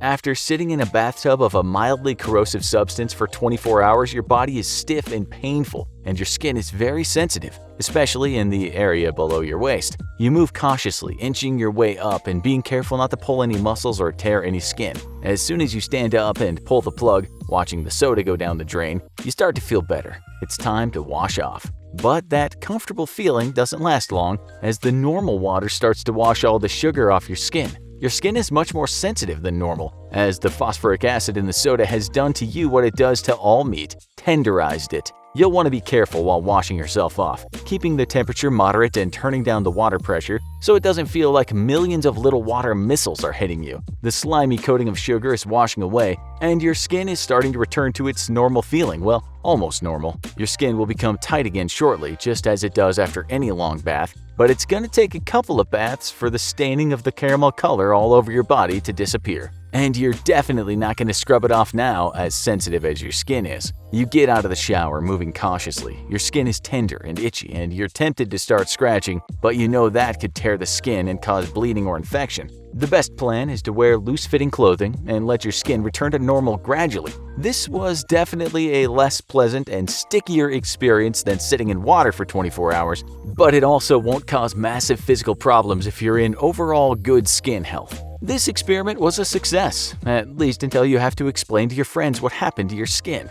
Hello, info fans! It's time for another challenge. Today we're revisiting our famous 72 Hours Homeless Challenge and giving our favorite lab rat a break. Instead of living on the street, he gets to live in his car. With all that extra luxury though, we're upping the stakes by making him live an entire week out of his car. When you really think about it, it's like a mini apartment on wheels. So stay tuned for yet another infographics challenge. Day 1. My Homeless for 72 Hours challenge ended up being one of my most popular and controversial, judging by the comments. Surprisingly though, most of the comments were overwhelmingly positive, and we got a ton of emails from people thanking us for letting them know what it's like for homeless people, with everyone pledging to be more charitable going forward. Sometimes we do silly challenges, and sometimes we do things like this to bring attention to real issues. So my new challenge is to live out a lifestyle that's sadly all too familiar for many young people today. Live out of my car for a week. With rent prices getting higher and higher every year in every large city in the world, and buying a house being completely out of the question for all but a small segment of the population,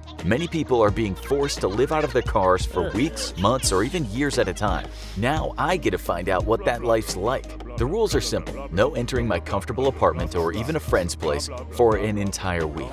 Also, no spending cash. That's right, I start out only with the clothes on my back and a full tank of gas. I don't have to survive in my car for a week. I have to earn money and find food. It's urban survival all over again. So I took my car and drove to the east side of LA, as far as I could go from me and the girlfriend's cute apartment by the beach and the very gentrified neighborhood we live in. These streets are rough, and the first thing I set myself to was finding a way to earn money for the day. I hadn't eaten anything for breakfast, and I figured I wasn't going to get anything until lunch, if I made any money. I immediately headed for the hardware stores and truck rental places, looking for a spot with day laborers waiting to get picked up for a job or two. I got some stares from the mostly Hispanic group, but eventually they warmed up to me, thanks to me speaking some Spanish. As we waited for someone to come by looking for workers, we talked about life, family, and work. Sadly, I had to lie to keep my cover, and I really dislike being deceitful. It was well past noon, and I'd been waiting for at least 5 hours before finally someone came up looking for people to help move office equipment around. I got picked up and loaded into the back of a pickup truck, then driven a few miles away to what looked like a new office building. And at this point, I hadn't eaten or drank anything in about 16 hours, and I was feeling it for sure. But by excusing myself to the bathroom, I was able to hydrate in the sink at least. We moved heavy furniture and boxes of supplies around for a good 6 hours, honest to God, back-breaking labor. At the end of our little work day, already late in the evening, we got $40 each and let out the front door. Not even a ride back to where we got picked up. Doing the math, we earned about $6.66 or $5.34 under the legal minimum wage in California. Then I had a good 4-mile walk back to where my car was parked on top of that, but most of the guys had even further to go than that. The guys I was with told me I was lucky. Usually they get $40 for a 12 to 16-hour workday, and the only reason we got what we got today was because the guy was late coming to pick up workers. He must have been feeling generous too because he paid the normal rate instead of prorating it. By the time I got back to my car, it was really late and I was exhausted from not eating and moving really heavy stuff around for 6 hours. I hit up a drive-thru and found a quiet spot to park my car, and then finally answered the million texts the girlfriend had very worldly been sending me throughout the day. I made a rule I wouldn't text back until the evening each night though, and was holding firm to it, which she hated. Day 2. I already know from my previous stint living on the streets for 72 hours that for homeless people, the day starts early, at least if you want to earn anything. I hit up a drive-thru again for some breakfast and made my way back to the same spot I'd gotten picked up for work at before. The same group of guys was still there, and because I felt bad about potentially taking one of their jobs, I bought them breakfast, which ate up most of my money. But you know what? In 6 more days, I'd be warm and comfortable at home again, so going hungry for a little bit if I didn't score work that day was a minor inconvenience compared to the way the guys lit up on seeing me bring them Egg McMuffins and hash browns. It'd been bothering me the entire night before that I could potentially be taking someone else's work for the day who definitely needed it more than me. So I resolved that after this challenge I'd make things right. The group had a sense of camaraderie that only comes from men caught together in adverse conditions. It reminded me a lot of the fellowship between guys in my old unit in the military. There was the usual good-natured ribbing, the complaining, and a lot of looking out for each other. What surprised me the most was how quickly the guys accepted me, despite being white and a complete stranger 24 hours ago. This day we got lucky and several people showed up early looking for help. I got picked along with 4 other guys by 2 college kids to help them move out of their apartment. What really bothered me about this job though was when one of the kids asked me in private if I could keep an eye on the other guys with me. I knew why he did it. I'm white, so he figured I was less likely to steal something from them. Being in a mixed race relationship, I had to deal with racism from time to time, but this was the first time I experienced something quite like this. I needed the money, so I didn't say anything. But I can't help but wonder what in the world made him think, aside from the color of my skin, that I was any more trustworthy than my Hispanic workmates. I almost wanted to rob them blind just to teach them a lesson. Anyway, it was another long, hard day moving heavy crap around. First out of their apartment, then loading it into a truck, and then unpacking it at their new place. The 2 kids bought themselves lunch at one point, but didn't bother to ask if any of us wanted anything. When I commented on the fact to one of the older guys I was working with, he just shrugged his shoulders and said that's how it is. We worked from about 8 in the morning until about 7 at night and had no food the entire time. Thing is, this was perfectly normal for the guys I was working with. This challenge was starting to piss me off, and I think the girlfriend knew because she insisted on having a phone conversation that night. It was so nice to hear her voice, and yeah, I know it'd only been 48 hours, but what can I say? I'm one of those guys that doesn't need guys' night out or anything like that because she's my best friend. I can't imagine wanting to do anything without her.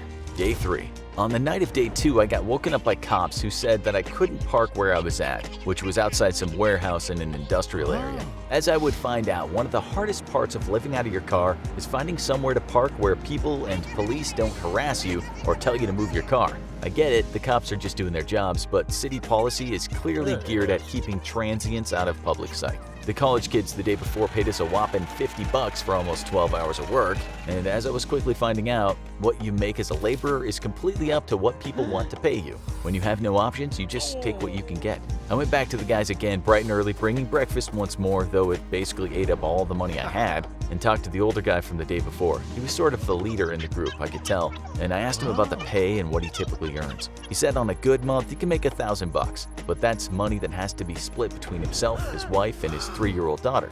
$1,000 in Los Angeles is insane. The average rent at a 1-bedroom apartment is well over that. Thing is, I knew from previous experience that you can make decent money panhandling if you find a good spot, and I asked him why he never considered doing that. He flat out rejected the idea, and he said to me, and I really hope I'm remembering his exact words correctly here, "If I do that, then I'm exactly what the people who say I'm a problem in this country think I am. I'm a worker. I came here to work, not to beg. One day someone will see that, and I'll get a real job." I've known a lot of brave guys in my time, people that I guess others would look up to and say, "Now that's a man." Let me tell you from firsthand experience, this was a man, and I instantly admired him for his conviction. I never asked my new friend if he was here legally or illegally, but I know this country could use a hell of a lot more people like him. The rest of the day was relatively uneventful. I was really moved by what my friend had said, and I refused when I got picked for jobs until everyone who was there before me got to work that day. But then, though, there was no more work, so I didn't earn anything that day. Having spent what I'd made on 2 or 3 shirts from a local Goodwill, so I didn't wear the same thing every day, and breakfast for the group of guys every morning, I was flat out of cash, so day 3, I didn't eat. Day 4. Got harassed again on the night of day 3 about where I was parking, twice this time. I ended up having to park in a really crappy alleyway. There was another van there which I'm sure was someone else living out of their car. I stopped by a gas station and was refused to use the restroom unless I bought something. All I really wanted to do was just freshen up in the sink. I had literally no money on me though, and it was humiliating to admit I couldn't even afford to buy a candy bar and get the key to the bathroom. The clerk and some of the guests looked pretty disgusted at me, and honestly, those were looks I was starting to get a lot. I'm familiar with the looks though from my 72 hours homeless challenge. People look at you like you gross them out, or they do the opposite and literally pretend like you don't exist. It's extremely dehumanizing, and I'll admit I used to walk by homeless people and pretend they didn't exist too, because noticing them would have been uncomfortable. After my challenge, I changed though, and as people kept treating me like crap, I couldn't help but think of the irony. In my normal life, I always carry a 20 around and give it anytime someone asks me for some change. I also make sure to ask the person's name and then wish them well. Sure, getting a crisp 20 is great, I'm sure, but you wouldn't believe what humanizing someone and asking their name does for them when they're ignored or looked down on all day long. I finally found a bathroom that morning and freshened up as best I could, then hurried to the job spot a bit late. This time I didn't even have breakfast for myself, and when one of the guys found out I hadn't eaten anything since the day before yesterday, he immediately went and bought me a burrito from a street vendor, even though I know that was money he needed for himself. I'm a firm believer that who you are when the chips are all down is who you really are inside, and this group of guys looking for jobs outside a truck rental place that I'd normally ignore were turning out to be some of the highest integrity people I knew. It only made me madder to think about the day that I was asked to supervise because I was white and they weren't. We all got lucky and got to work that day, and well, not much to say about it except it was another 12-hour day, and again, we weren't given any food at lunch or given a break. At the end of the day, we all made $45, and once more, had to either walk or take a bus back to wherever we came from, not even a ride back to where we got picked up at. At least I got to eat that night. Day 5. A homeless guy broke my window on the night of day 4. I guess I was in the wrong place at the wrong time, or maybe the guy was being territorial, I don't know. He was very clearly out of his mind though and strung out on something because he yelled at me in my car and then threw a glass bottle, cracking the front windshield. Then he just calmly turned around and pushed a cart full of trash down the road. It was easy to get mad. Hell, I wanted to go after this guy, but then I stopped and thought about it. The guy was clearly out of it, probably completely unaware of what he was doing. Mental illness is endemic among homeless people. In fact, if you're mentally ill, you're exponentially more likely to end up homeless than if you're not. Add on top of that the drugs that the homeless people often take just to escape their miserable lives for a few hours, and well, you've got someone completely off their gourd who likely has no idea what they're doing. Can you really get mad at someone with no control of their actions? Sure, I can already hear the comments saying, well, you can control if you take drugs or not, which only shows that these people don't understand at all what it's like to need an escape from your daily hell, so bad that you'll turn to anything. Besides, I have insurance, it's literally not a big deal. My week living in the car had to be cut short on day 5, unfortunately. I'm prone to kidney stones and have been having them regularly since I was 20 years old, and I guess the dehydration, stress, and poor food the last week didn't help matters and may have encouraged a new stone to start its journey out of the kidneys and down my urinary tract. I woke up in the morning with extreme pain in my side and immediately recognized the symptoms of a kidney stone. The pain very quickly grew intolerable as I started to move around, and I knew I was in trouble. If you've never had a kidney stone, it's apparently one of the most painful things you can experience. I can attest to that. I barely managed to make it to an ER on my own, and I guess I was a little funky from not bathing regularly and working really hard over the last week, so the staff must have assumed I was homeless. They were pretty shocked when I showed them proof of very good medical insurance though, but I still had to wait an hour for an open bed in the back before getting any painkillers. Eventually I got put into bed and got my painkillers, which stopped the extreme pain. I'd totally forgotten to let the girlfriend know until they finally admitted me into the back, and she showed up in tears because she was so distraught. She plays at being a tough cookie, but she's soft as they come inside. So, what's my week taught me about living out of my car? Well, being homeless is tough, but most people understand that. What they probably don't understand is just how dehumanizing an experience it can be. Those day laborers and homeless people you walk by every day, they're real people, and odds are they're a lot better people than you imagine they are. A week later, I went back to find the guys at the truck rental place, and they were happy to see me. I admitted that I was doing this all for a job, and I split up into envelopes what I would have made for this episode and gave the money to them. I might have taken work from some of them over the week, so I had to make things right. I also put them in touch with a guy I know that hires and trains grips for film sets and pays a hell of a lot better wage than just $40 for a back-breaking 15-hour day. I can't help but think after this challenge about how there's all this talk about the American dream and how that dream is really well and truly busted when so many people are living out of their cars and others who are genuinely looking to be honest, hard workers have to resort to begging for jobs on the street. Ever since Game of Thrones The Mountain revealed his incredible 10,000-calorie daily diet, doing a 10,000-calorie meal has become a sort of ritual of passage for YouTube stars. That's when we thought, hey, wait, we've got a YouTube star of our own, everyone's favorite infographics lab rat. And since he's on the payroll, we can make him do whatever we want. So forget 10,000 calories in one meal, we're putting YouTube's most expendable writer on a 10K calorie diet for an entire week. Day 1. I'm excited for this challenge. I mean, I love eating. It's probably my favorite thing to do. In fact, I have to actively try to not eat just so I can stay in shape. This is literally the challenge I've been waiting for, and the challenge the girlfriend has probably liked the least. She told me that if I did this challenge, then it wouldn't be junk food. If I was going to try the Mountain's incredible diet, then I had better do it the same way he does, which means 10,000 calories of mostly healthy stuff and a whole lot of exercise. And you know what? I'm into it. I'm willing to give it a go, except there's a twist. Infographics is offering me another $200 incentive to put a quote fun spend end quote on the challenge for each additional mini challenge I undertake. There's 5 of these additional challenges, and I don't get to find out what they are until I open the envelope with each challenge inside it. For each one I manage to complete, I get an extra $200, which is a good thing because we did some calculations and this is gonna rake up one hell of a grocery bill. I mean, Infographics is footing the bill, I'm filing that under expenses, but still, it's going to be significant. We went to the grocery store yesterday and stocked up on beef, chicken, fish, a ton of pasta, milk, like 6 cartons of eggs, a literal pound of cheese. My 1-week cart looked like what we might go through in a month. What a delicious challenge ahead of me. Okay, so I figured I'd open 1 envelope a day, and the first one is simply replicate the Mountain's workout along with the diet. Sounds easy enough. I'll report it at the end of the day. End of day 1. Alright, I'm feeling, I don't know yet. Very full would be a good answer, but also my body's about ready to die from replicating the Mountain's workout. I guess it makes sense. You can't eat as much as this and not get crazy fat unless you're exercising and putting all those calories to use. So for breakfast I had 8 eggs, a bowl of oats, like 2 bushes worth of strawberries, blueberries, and avocados, and then it was off to a local CrossFit place to start the Mountain's workout. In case you haven't heard of CrossFit, and none of your friends do it because if they did, they'd be talking about it constantly and never shut up about how awesome it is, basically CrossFit's a lifestyle choice. I'm not kidding, that's literally what trainers say the moment you step through the door. You do a lot of strength and aerobic training, lose a bunch of weight, and get real strong.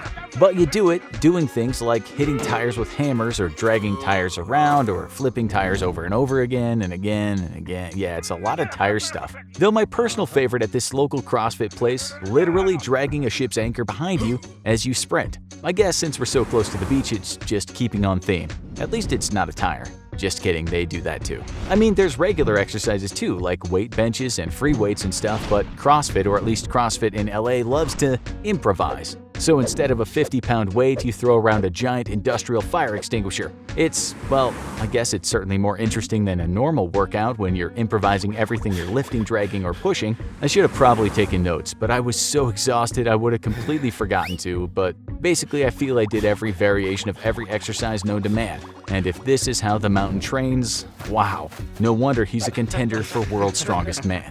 In order to stay on diet, I had to stop in the middle of the exercise and eat a ton of nuts and berries, more juicy calories down the gullet to fuel my Superman workout. When it was finally time for lunch, I had a ton of protein powder with full-fat milk, chicken pasta that I had meal prepped the day before, and copious amounts of yogurt. Honestly, I'm not sure how I'm keeping it all down, especially when half an hour later I was back to hurling heavy ropes around and flipping tires over for hours on end. By the time night came, I definitely earned an extra $200. Let me put it this way, the Mountain is the Mountain for a reason. The dude's a beast, and if you want to replicate his workout, maybe don't dive straight into it the way I did. I'm not sure I'll be able to get out of bed tomorrow. I feel a lot of sore muscles coming on. Day 2. I was right. I could barely move today. I effectively annihilated every muscle in my body yesterday, but the challenge must go on, and luckily eating doesn't require much exercise. I decided I could definitely do another challenge as long as it wasn't physical, and luckily for me this challenge was to eat 10,000 calories of vegetables and fruits. Wait, sorry, did I say lucky? I meant, you know what, it's not a word I'm allowed to say on YouTube because we'll get demonetized. You know what's better than the 5 to 7 servings of fruit and veggies you're supposed to get a day? 30 extra large servings, which is what me and the girlfriend very roughly estimated would take to accomplish 10,000 calories in one day. Okra, carrots, squash, oranges, beans of all sorts, corn. I think I ate every vegetable and or fruit known to man today. Honestly, the simplest thing to do was to go to the store and buy like 5 cans of Bush's baked beans. Those things weigh in at 150 calories per half a cup a serving, and you can pack a lot of servings into one of those restaurant-sized cans. Also, I fried every vegetable I could, though the girlfriend made me use olive oil, so that cut down on the calories. I even tried frying some of the fruit, just out of sheer eating boredom, but that was a terrible idea. I literally ate all day, because to get 10,000 calories worth of vegetables and fruits, you have to really beat the clock. Day 3. Okay, my body isn't quite as dead as it was yesterday, and I can move without every muscle screaming at me to get back into bed. I'm legitimately starting to dread breakfast. It's kind of become a chore. I have to figure out how to hit 10,000 calories every single day, so I have to break it down by meal. And I really hate math. Thankfully, eggs are pretty full of calories, so I whipped up a 6-egg omelet with all the fixins, and I do mean all the fixins, and then scarfed it down with 4 pieces of heavily buttered toast and chocolate milk. And that was like 1,500 calories right there. New day, new mini challenge. I opened up my envelope for the day, and my new challenge was eat 10,000 calories of bacon. Okay, I should have probably opened the envelope before having my first meal of the day, so I'm gonna have to eat an extra 1,500 calories today. So here's a surprise. I did some bacon research before heading off to the grocery store and discovered that baking bacon actually makes it have more calories than frying it in a pan. If someone can explain the science of that, I'm listening. Alright, so 1 slice of bacon is 43 calories, give or take, which meant I had to eat a whopping 233 slices throughout the day to hit 10 calories. That's a lot of bacon. And it was a lot of frying. Except I went with baking the bacon instead because A, it was easier and faster to cook dozens of slices at a time that way, and B, it has a higher calorie count than pan frying. I didn't just sit down and eat this mountain of bacon all at one go, of course. That would be insane. I just ate strips throughout my entire day. Literally all day long I was snacking on strips of bacon because that's how much bacon it takes to eat 10,000 calories. The girlfriend was terrified about the salt content, and she's probably right to worry, so I drank a ton of water too so that it would help flush it out of my system. Whether that was good enough or not, I suspect I'll find out in a week or two when the real health implications of all this are made apparent. Day 4. Okay, day 4. Only this time I opened the challenge envelope before I ate breakfast, which was a good call. Today I had to eat 10,000 calories of only liquid foods, and the challenge came with a ton of suggestions on what to drink because I think Infographics is as concerned about the salt content of all the bacon I ate on the previous day as the girlfriend was. Basically, today I'm not allowed an ounce of salt, and the girlfriend was there to make sure that this rule was enforced. Also, everything had to be liquid. I took out our juicer and prepared it early in the morning for what would probably be the hardest day of its life. So what did I eat? Fruit smoothies, vegetable smoothies, a whole lot of weight gain workout powders, which all taste disgusting. Honestly, today was the easiest day so far of eating 10,000 calories. The juices definitely went through me faster than solid food. Although it was by far the worst tasting day. Workout protein powders are like the best way to drink your way to 10 calories, but they all taste like elephant ass. How is it that we can put men on the moon, but we can't make protein shakes taste good? Day 5.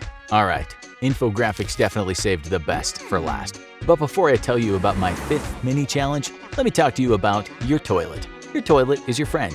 It's there when you're happy, it's there when you're sad. It literally takes all your crap and never complains, flushing it away and out of your life. You know what happens when you eat 10,000 calories a day for a whole week? Your toilet starts to not be your friend anymore. Your toilet gets tired of taking your crap. Again, literally. Your toilet breaks down. I imagine that the reason for this is obvious in most of you, our dear viewers' minds. 10,000 calories that get put into your body have to come back out somehow, and that's put a hell of a strain on our simple suburban toilet. I imagine that the Mountain and other mega athletes on these super diets must have industrial toilets especially built to handle the load. I went ahead and added the cost of a plumber to my expense report for the infographics. Their dumb challenge idea, their plumber bill as far as I'm concerned. Also, I swear I heard the plumber whisper a prayer before shutting the door behind him in the bathroom. So, mini challenge, not gonna lie, probably one of my favorites ever. Today I had to eat 10,000 calories of desserts. Yes, desserts, literally my favorite thing in the entire world.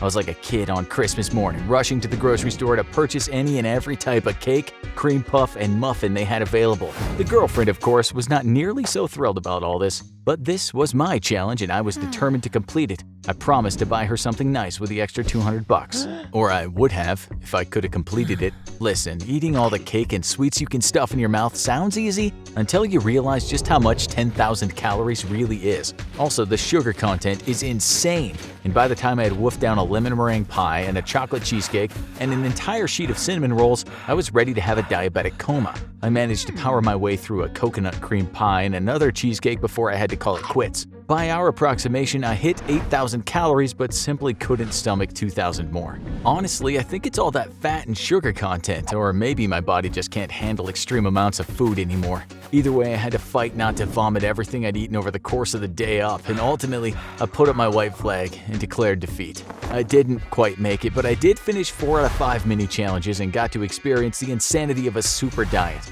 Also, I ate our entire month's grocery shopping in just 1 week, and I'm pretty sure I can't ever speak to our plumber.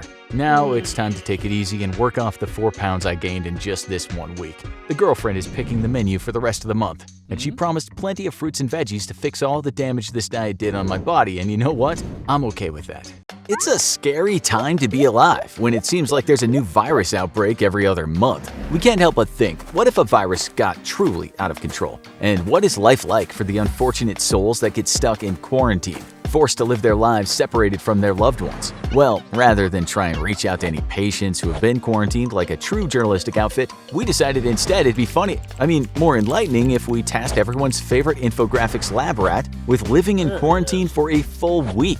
Day 1. You know what? I don't even hate this challenge. In fact, I'm kind of excited. Ever since I saw that early Jake Gyllenhaal movie, Bubble Boy, I've been wondering just what in the world it would be like to live quarantined off from the rest of society. I know it won't be any picnic, but I guess curiosity's definitely got my cat. And I don't know, I'm just kind of excited. I had to coordinate this one with infographics before doing it because I told them if I was going to live in quarantine for a week, I was going to do it right. And that meant one thing: plastic sheeting. Lots of it, and I mean a lot. The solution turned out to be a construction supplier here in town, which even delivered the 200-foot rolls of plastic sheeting straight to my doorstep. You heard that right. 200 feet of plastic sheeting, half a millimeter thick per roll, and I got 3 of them. Of course, I immediately realized I had seriously overestimated how much plastic I'd need, but don't you worry, I will definitely find a use for all this plastic.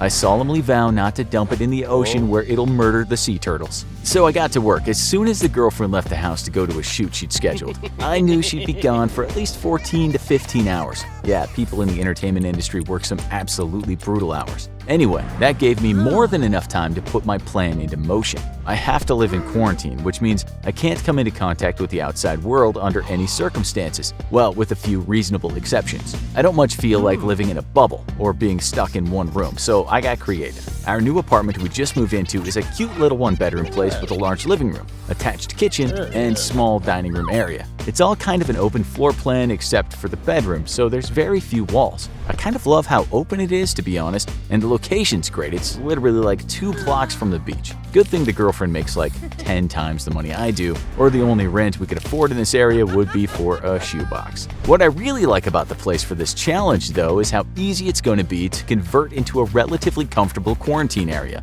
Along with all that plastic, I had infographics spring for a ton of duct tape, like 15 rolls in total. The first thing I did was attach plastic sheeting to the wall at the head of our bed, and then I ran it to the doorway, snaking it a bit to the left because our bedroom door is on the left, then out to the living room and beyond. In essence, when I was done putting up multiple layers of plastic, I had split the room, including the bed, completely in 2. Then I had to tear half of it down when I realized I had left her massively heavy makeup desk thingy on my side of the quarantine zone. It's where she sits and does her makeup every morning, and so I had to shove that thing, which I'm pretty sure is made of solid granite, to her side of the room, and then I put the sheeting back up and moved on to the living room.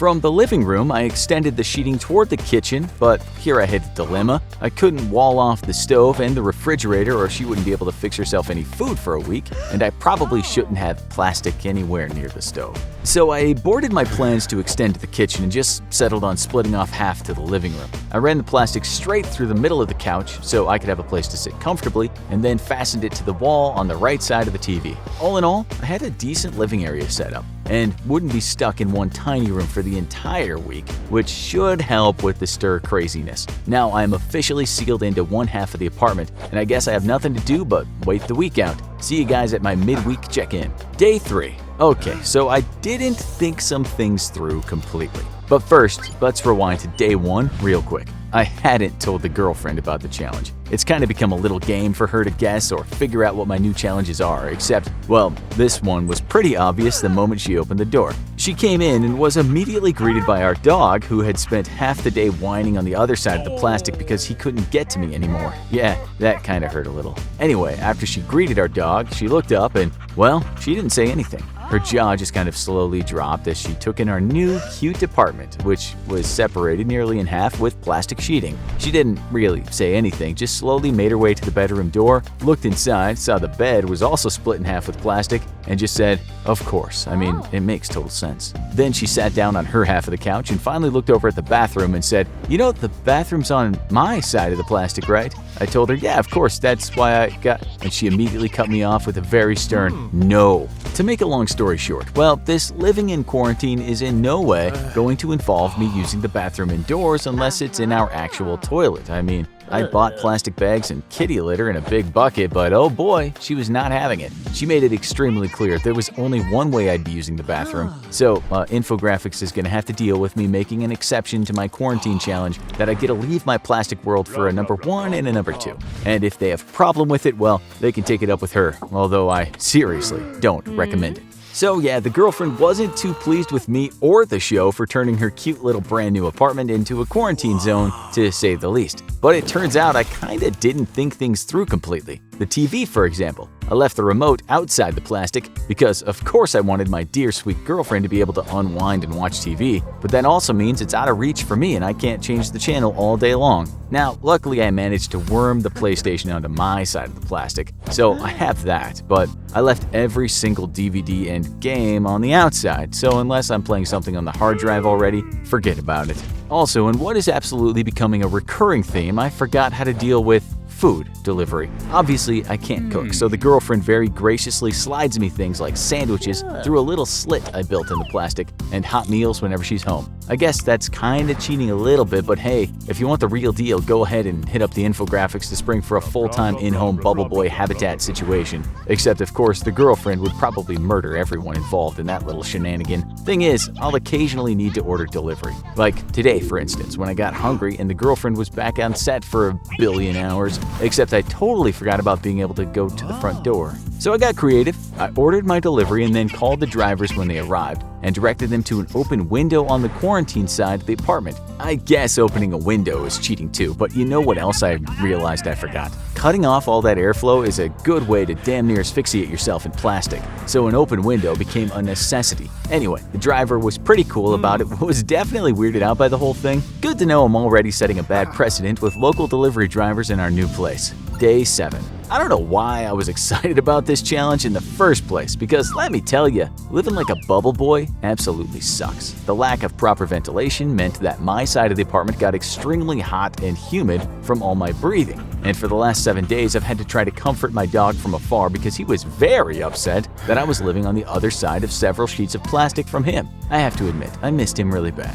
Turns out the girlfriend missed me too. On day 4, as we both lay in bed separated by plastic, she just turned over toward me and looked really sad. She was kind of quiet and said that she really didn't like living like this, so close together but separated by all the plastic. Then she just softly said, "I really miss you." It felt like a punch in the gut, to be honest with you. When we moved to this new place, we shuffled our lives around so that we would spend less time apart from each other. Sometime around the Alone in the Woods challenge, we both had a really long talk and decided that what we really wanted in our life, more than our own careers and success and whatever, was to be with each other. So we agreed to make it a priority, which really just means that she agreed to stop accepting jobs that send her out of town for days or weeks at a time. She made a pretty big sacrifice, and this silly challenge reminded me of why. In the end, when we look back on our lives, neither of us want to regret even the smallest amount of time spent apart that we really didn't have to. When she told me she missed me that night, I almost tore down the plastic just so I could hold her again. Maybe I do take these silly challenges too seriously, but one of the reasons I do is how they broaden my horizons. I've realized this over the last week, how terrible it really is for people who have to live in quarantine for real. Not just sick people, but even people who have to live in special environments or can't spend too much time around other people. Maybe even can't rest in the arms of someone they love because of how weak their immune systems are. I have such a new appreciation for normal life and a deep respect for the strength it takes to live such a difficult life. So, how do I sum up the rest of my week? Well, uncomfortable, for one. Without proper ventilation, my side of the apartment got really hot and muggy, and good thing I had 2 windows I could open. I found myself staring out the window at the outside world a lot. Even just listening to people walking by outside or cars going by was sort of exciting for me and depressing. I kept imagining all the people just walking around, going about their day, and me stuck in this plastic cocoon. I really couldn't live my entire life like this. I learned that there was a real-life bubble boy, David Vedder, with a severe immunodeficiency disorder. He ended up dying at age 12, but until then, he lived in a completely bubble environment. NASA ended up designing a bubble habitat for David, and he lived inside a series of connected bubble environments. It wasn't until he was 6 years old that once more, thanks to NASA, he got to go outside, but he had to be inside a bubble suit of sorts. Until he was able to get into that suit and leave his bubble habitat, his mother had never even been able to hold him in her arms. David died after contracting a virus, and his mother only ever got to hug him without plastic between them after he was already dead. I'm not gonna pretend I didn't cry when I read about David's story, and if there's a bright side, it's that his disease has been cured by modern therapies, largely thanks to the blood that he donated. I'm done living in quarantine, and yes, the whole thing has been extremely uncomfortable and tedious, but the hardest part about it, and maybe the hardest thing I've ever had to do, was live my life with the person I love most in the world always just a few inches away from me, on the other side of impenetrable plastic. Now, if you'll excuse me, I think I'm done writing and I'm gonna go hold the woman I love in my arms for a very long time. David, wherever you are now, this episode's for you. COVID has been a real problem for us here at the Infographics Show. As you probably noticed, we haven't put many challenge episodes out in the last 9 months or so, and well, that's because it's really hard to challenge our least important writer and your favorite lab rat to do anything because he can't be around people. Then we got the idea, what if we sent him somewhere with no people? So we sent him to go live 3 days out in the desert, where the only things he could infect with COVID were spiders, scorpions, and dangerous snakes. Alright fans, I gotta say, it's good to be back and doing challenges again. COVID has made life unbearably boring.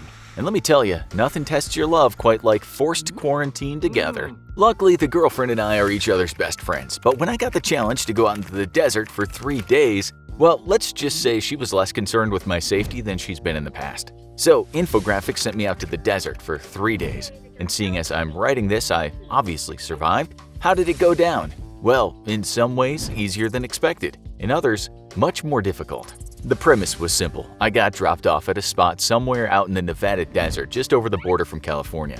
My pickup location was exactly 60 miles from my drop-off location, and I had only a map and a compass to get to my pickup. I wasn't dropped off nearly naked like I was when I did my forest survival because the desert is much more lethal than the forest, so I got a few essentials. I got exactly 2 canteens of water, totaling 4 quarts. Seeing as doctors recommend you drink 3 quarts of water a day, you can already see a problem with that math. The name of the game would be conservation. I also got 1 single and very thin emergency blanket, along with a hunting knife because the California and Nevada desert have coyotes. Though, me personally, I'm far more worried about feral pigs. Any hunter in the world will tell you they're more scared of wild hogs or feral pigs than they are of even bears, because those things are absolutely vicious. Lastly, I had a signaling mirror in case things get really bad. Day 1, I got dropped off at my location at 6 p.m. and from that moment on, I had 72 hours to get to my pickup 60 miles away. Now right off the bat, let me make a disclaimer I made on my last survival video. Do not try this if you don't have survival training. I have years of experience in the world's deserts because apparently America doesn't like to pick fights with nice tropical nations anymore. And believe me, this is not for the unprepared. I got dropped off near sunset because when you're in the desert, you want to flip your sleep schedule. People often make the mistake of thinking you have to conserve water in the desert, but the truth is it's far more efficient to conserve sweat. That means traveling at night and taking shelter during the hot day. And if you're out in the desert in the wintertime, you should still be prepared for some very high temperatures. My small pack made traveling light, which was good, because I wanted to move fast enough to make good time while identifying good shelter to use during the day. My plan was to move for 8 hours, then spend 2 hours moving slower and finding shelter. I was supposed to be mirroring a hiker or off-roader who wasn't planning for a long trip, so I wasn't allowed to bring extra clothes or things like that.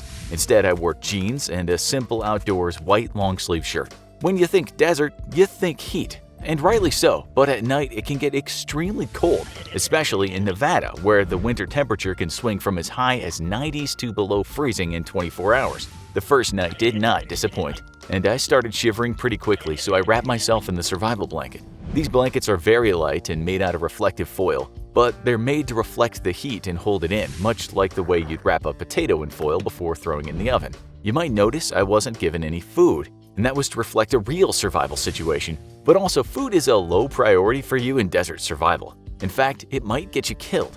That's because digestion is actually very water intensive and can seriously eat up your water budget. In normal survival situations, you might have heard it's better to do lots of small snacks throughout the day to keep your energy up over eating one big meal. And that's true to an extent. In the desert, you gotta plan in advance, and it's better to save up small snacks to have one single big meal every few days than to kickstart digestion many times throughout the day by ingesting individual snacks. Water is everything in desert survival. And that brings me to sweat. Most people think that humans are not very well adapted to surviving in the desert, but the opposite is actually true. Humans do quite well in the desert as long as they have access to water. Our omnivore diet allows us to eat a variety of things found in the desert, where restrictive diets can spell disaster. And our ability to sweat along with the lack of body hair is an extremely efficient cooling system. When water is limited though, sweat is your enemy. There are 2 times you don't want to sweat: in low temperatures and when water is sparse. In Arctic survival, if you sweat you die because hypothermia can set in. In the desert, there's less, but a still very real risk of hypothermia at night. But sweating means losing valuable water. So as I hiked along, I had to check myself to keep only a moderate pace and take frequent rest breaks to avoid sweating. Every single drop of sweat is wasted water, and a good survivalist will budget every drop. As I moved along, I kept an eye on the stars for direction. Compasses are great, but they're prone to magnetic interference in the environment. If you know how to navigate using the stars, you'll find you can maintain extremely accurate bearings. Simply pull out your compass every 30 minutes or so to double-check yourself. Speaking of stars, you can see every single one of them if you go far enough out into the desert. It's honestly incredible and well worth a day trip for any of you city slickers that have never seen the full majesty of the entire Milky Way on display. As morning approached, I started looking for shelter. Daytime shelter is extremely important in the desert, with the main goal being to keep yourself out of the sun as much as possible. The only problem was that this part of the desert was almost completely flat, which only really left me with one very bad option. I found a small wadi and started digging into the soft soil at the bottom, breaking up the harder parts of the ground with my knife. This was strenuous work given I only had my hands and a knife, and I was sweating, which was bad. But if you don't get shelter, it'd be even worse. I dug down a solid 1.5 feet into the ground right next to where the wadi started to bank up sharply. Then took my survival blanket and turned it shiny silver side outward, and using rocks set it up so it covered the hole, with one side on the ground next to me on the hole, and the other side about 2 feet above me on the steep bank of the wadi. Basically, I made a rough tent, with 2 large openings I could slide into and would work to keep the air circulating. The silver reflective side would reflect the sun's rays and keep me from overheating, but the real key with this type of shelter is to keep the survival blanket off your body, or else you're basically insulating yourself. That's why digging into the side of a wadi or a rise in the ground is critical. Crawling into my hole, I settled in for my first desert day sleep in about 8 years. I took a very long sip from my water. Another desert survival myth is that you should do small sips at a time. Don't, this just ends up being wasteful. Take big, long drinks when you really need them. Being my first day, I could feel light dehydration, but nothing too serious. I still had 1.5 canteens left. I'd almost certainly run out of water before the end of the 3rd day, but if I budgeted right, I shouldn't be running the risk of serious dehydration. Sleeping during the day in the desert is not easy, to say the least. But I long ago learned to snooze most places. I stayed put in my hole the entire day with the temperature easily climbing into the high 80s. Good thing global warming's a myth, huh? Also, 2 scorpions crawled into my sleeping hole, deciding that it was a good place to hide from the sun. I crushed both their heads, bit off the stingers, and threw them in my pack. If I got enough scorpions and other bugs, they'd make a good snack once I had a sizable enough meal that it was worth using up the water to eat it. That's another thing about survival, you have to be an opportunist. You don't know what tomorrow will bring, so if an opportunity for materials or food presents itself, take it. Today I got 2 scorpions. I might not find anything else to eat for the next 2 days. Or my pickup might get into an accident and leave me stranded for days more than I planned. Always be planning ahead and always be opportunistic. Another good reason to sleep as much as you can is because, well, laying in a hole is boring AF. And that's another military survival tip for you. Sleep as much as you can. Not just for energy, but also to avoid mind-numbing boredom. As the sun started to go down, I very happily crawled out of my hole. My stomach was rumbling, but I wasn't about to waste water on digestion. You can easily survive while hungry. Most people just don't like the uncomfortable feeling of slow starvation. By my estimate, I made around 22 miles the first night, which was really good progress. The cool temperature helped me control my sweating, allowing me to push myself harder. Also, I'm in good shape, traveling light, and the desert was really flat. I haven't pushed myself this hard in a while though, and I'll admit, COVID quarantine has made me kinda soft around the belly, as the girlfriend is fond of pointing out, as she pokes at me and makes the Pillsbury Doughboy giggle. I could feel blisters forming on my feet, but I'd have to tough it out. The second night was pretty uneventful, to be honest. The desert was so sparsely populated that wildlife isn't much of a threat, at least until you start looking for shelter, because that's basically what it too is doing. The crystal clear night sky is something amazing, and you can see every single star in the sky, and maybe I saw something more. Listen, I'm not one of those UFO types, and I think the idea of aliens flying across the galaxy just to flash some lights in our sky is pretty stupid, but I swear I saw a light for a while that seemed to be moving, well, unnaturally. Then it just faded away. Weird, but I reminded myself that Area 51 is also in Nevada, so who knows what I saw. Speaking of wilderness, here's a special announcement for all you cryptid fans. This spring, I'll be officially undertaking a hunt for Bigfoot, and because you guys have been asking for it, yes, it will feature real camera footage and not just animation. I'll be recording my trip and my findings for all your viewing pleasure. We saw all the comments you guys made in my forest survival video about possibly hearing Bigfoot, and the infographic show was like, hey, why don't you go find one? So I said sure, and we carefully researched a site in Oregon that's super remote and booming with reported Bigfoot activity. Will the girlfriend be making an appearance? Maybe. I still haven't convinced her yet. She's not really the camping type. But even if I don't get Bigfoot on camera, I'll at least be able to put to rest all those rumors in the comments section that I'm not a real person. Do you know how weird it is to have people say that you don't exist? Anyway, stay tuned for that challenge episode dropping early this summer, as long as Oregon's forests don't go up in flames like last summer. Alright, so night 2 I made really good progress thanks to the desert being so flat and featureless. The day had really taken its toll on me though, and by the time dawn came around I had only a half a canteen of water left. I knew I'd inevitably sweat during the day no matter how much I tried to stay out of the sun, so day 3 I'd likely be running with 0 water. Pushing myself as hard as I was, that was not good news. You can go without water for 3 days before running the risk of deadly dehydration, but that's if you're not really doing much physical activity. I still had over 20 miles to go and I could definitely feel the effects of dehydration from my water rationing. I got supremely lucky on the dawn of day 3 and found a small cave.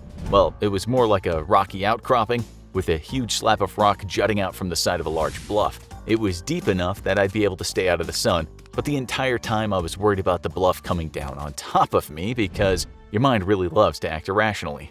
During the day, I'd made it a point to take my shirt off and lick the inner armpit areas. Yes, this sounds disgusting, but it was important that I get some salt back into my system. Seeing as all I'd brought was water, I considered eating my 2 scorpions, but they were tiny. Maybe if I'd had 5 or 6 of them, they'd make a decent meal. Despite my rumbling stomach, it just wasn't worth it to burn water for 2 quick bites. During the day, I'd heard what's probably the most terrifying sound you can hear in the American Southwest: bees. Not just any bees though. These desert-dwelling bees were almost certainly the dreaded Africanized honeybees or killer bees. These bees are incredibly ornery and vicious about attacking anything that disturbs them. Them flying around in a massive swarm during the winter could only mean one thing though. Something had messed up wherever they had made their hive, meaning they'd be super angry. Luckily for me, the bees went on their happy, murdery way, leaving me completely alone. I got an early start on night 3, walking before the sun was fully down and drinking the very last of my water. Now survival was serious. If I missed my pickup for some reason, or if the person picking me up got into an accident and couldn't come, I could be out here alone for days. I'm never really worried in a survival situation until I've run out of water. That's when things get deadly serious. You might have heard that you can cut open cacti and drink the water inside, and this is wrong. Any moisture you find is going to be very alkaline and likely to make you sick, leading to vomiting or diarrhea, both things that are extremely costly in terms of water. You probably heard you can drink your own pee in an emergency, and I don't care what Bear Grylls tells you, don't. Seriously, there's a reason pee is a waste product because it's full of waste. Drinking your pee will just put all the junk your body filtered back inside of you, necessitating even more water to get it back out again. The best way to find water in the desert is to watch for large flocks of birds in the sky. Individual birds are likely specialized for desert survival, but flocks means it's a bird species that's likely transiting the area. That means they'll be looking for water too. Even better though is finding anything green. You might not find any surface water, but dig down a few inches and you'll likely hit water. You can do the same in dried up riverbeds, though you might have to dig a foot or more. Always remember that you're on a water budget though, and digging means sweating. If you find nothing after a few inches, maybe switch locations. Or just give it up and focus on moving, if your survival depends on you getting somewhere other than where you are. Most times in a survival situation, it's best to just stay put and make yourself as visible as possible. You probably also heard about solar stills. If you have the materials to build one, it's not a terrible idea to throw one together. Don't expect much out of it though. Even under the best of conditions, you'll get little more than a sip.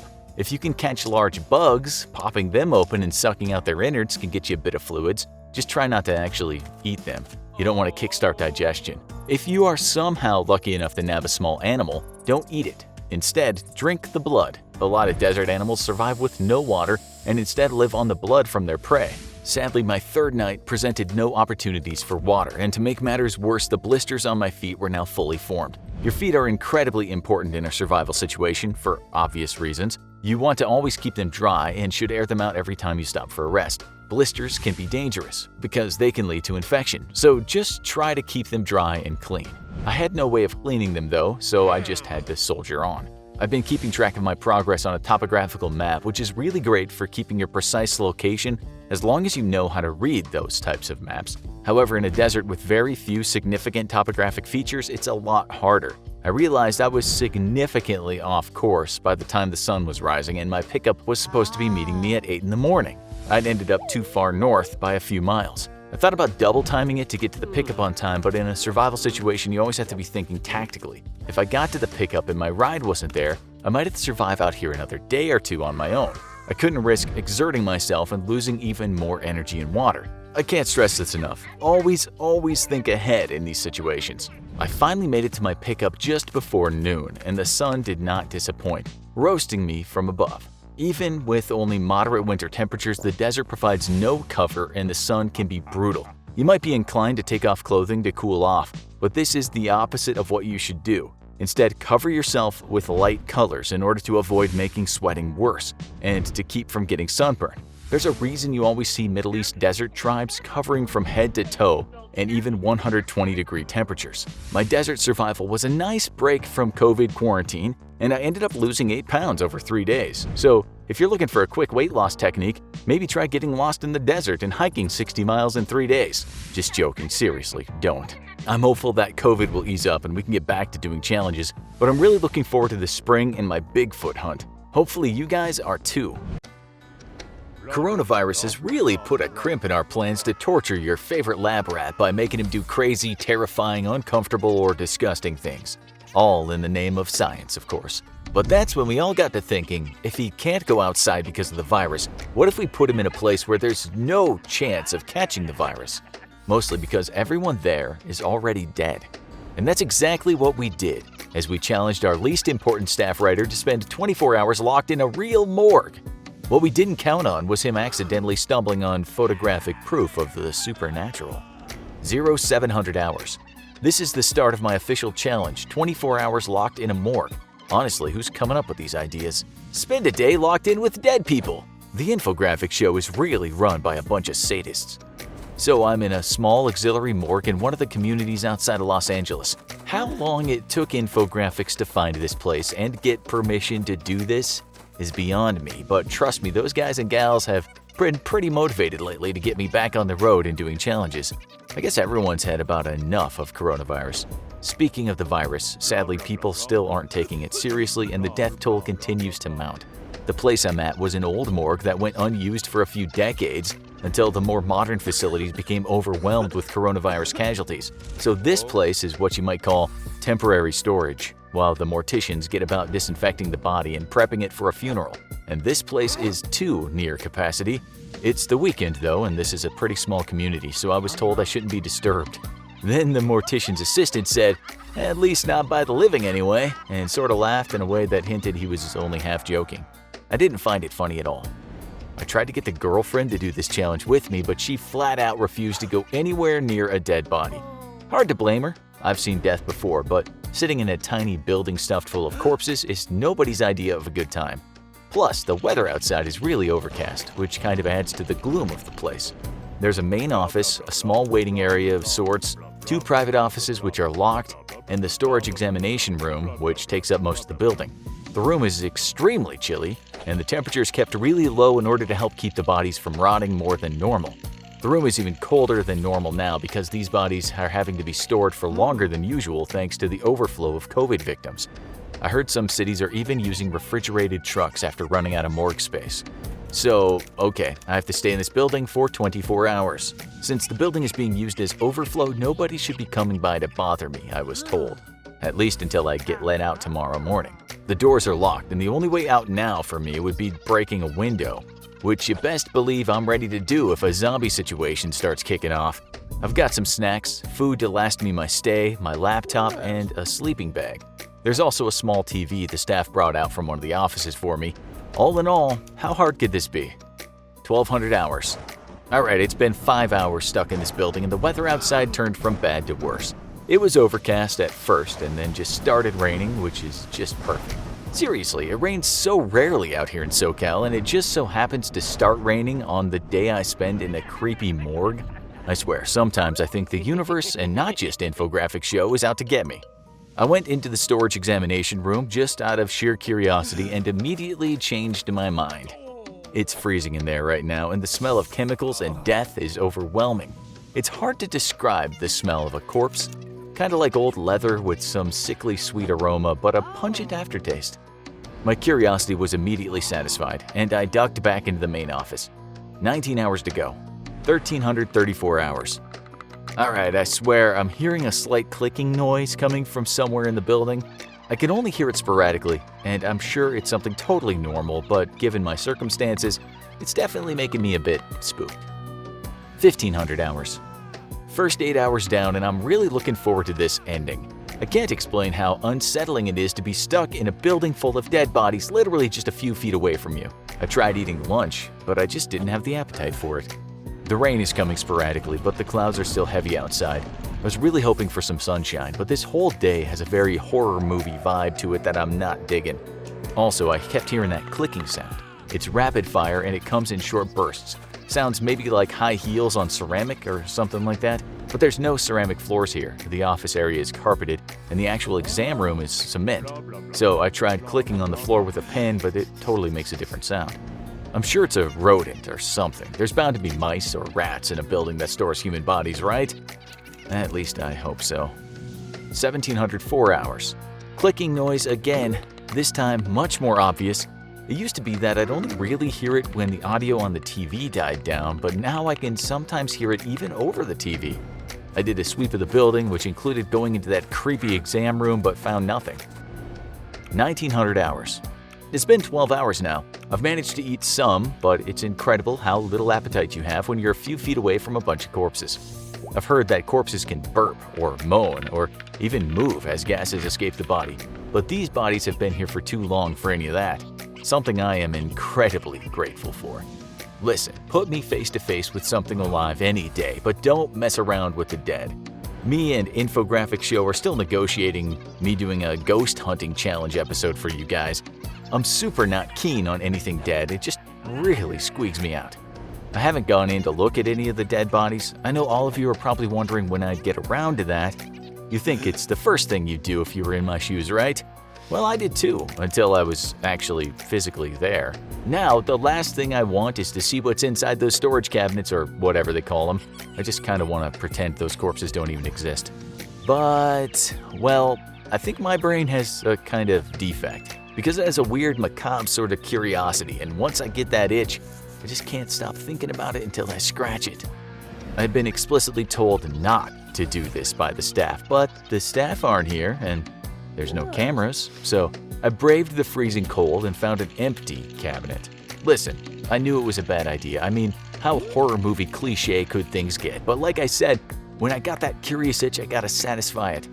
Once I got in trouble in a Titanic exhibit in Las Vegas for climbing past the guardrails and touching a part of the hull that had been brought up from the depths. I just wanted to feel that connection to history. I mean, how many people have physically touched the Titanic? Other than me and a bunch of really dead people. I checked to make sure the door wouldn't close on me, and even wedged a few pens into the open door to make sure it couldn't close, and then after a pretty long, pretty hard think, I climbed onto the slab and wheeled myself inside. I wish I could tell you it was an amazing experience. It wasn't. Matter of fact, it was immediately creepy, and I very quickly got back out again. I'm not claustrophobic, but knowing that one day I'd be in this same box, only dead, very quickly made me want to leave. Honestly. Would not recommend trying this one at home, kids. 2100 hours. I haven't heard that clicking in a while, so I was probably right. It was probably just a mouse or a rat, maybe even raccoons. It's been raining throughout the day, so I wouldn't be surprised if small animals were trying to find shelter in this old building.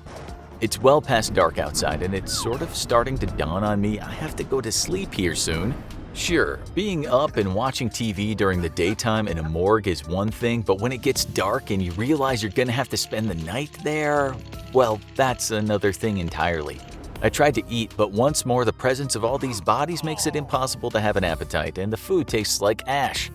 Also, I can't get the smell of chemicals and death out of my nostrils after climbing into that cabinet. I mean, in hindsight, I doubt they cleaned them very well after being used, if at all. That was definitely monumentally stupid. 2141 hours. The clicking's back. This time I swear it was coming from one direction and then from another, and definitely from the examination room area. You know, the place with the corpses? While this makes my mouse and rat hypothesis more likely, I guess it makes a reanimated corpse hypothesis just as likely. Comforting thought. 2300 hours. I've been trying to stay up on purpose because I really don't want to sleep in here, but I can feel myself getting sleepier and sleepier. I can't stress how little I am enjoying this challenge. Put me in the wild, out on the streets, facing down another bear, literally anything but being around dead people. And the clicking, it just keeps happening. Sometimes faintly, other times much more pronounced. It happens every 15 or 20 minutes or so, and if I walk into the exam room while it's happening, it stops. I kept the lights on in there and in the office area I'm at, but this is 1970s lighting, and honestly, I feel like it just makes things creepier. I'm gonna try to sleep for a bit, and I've set up my sleeping bag in a far corner of the room where I can see the rest of the building pretty well.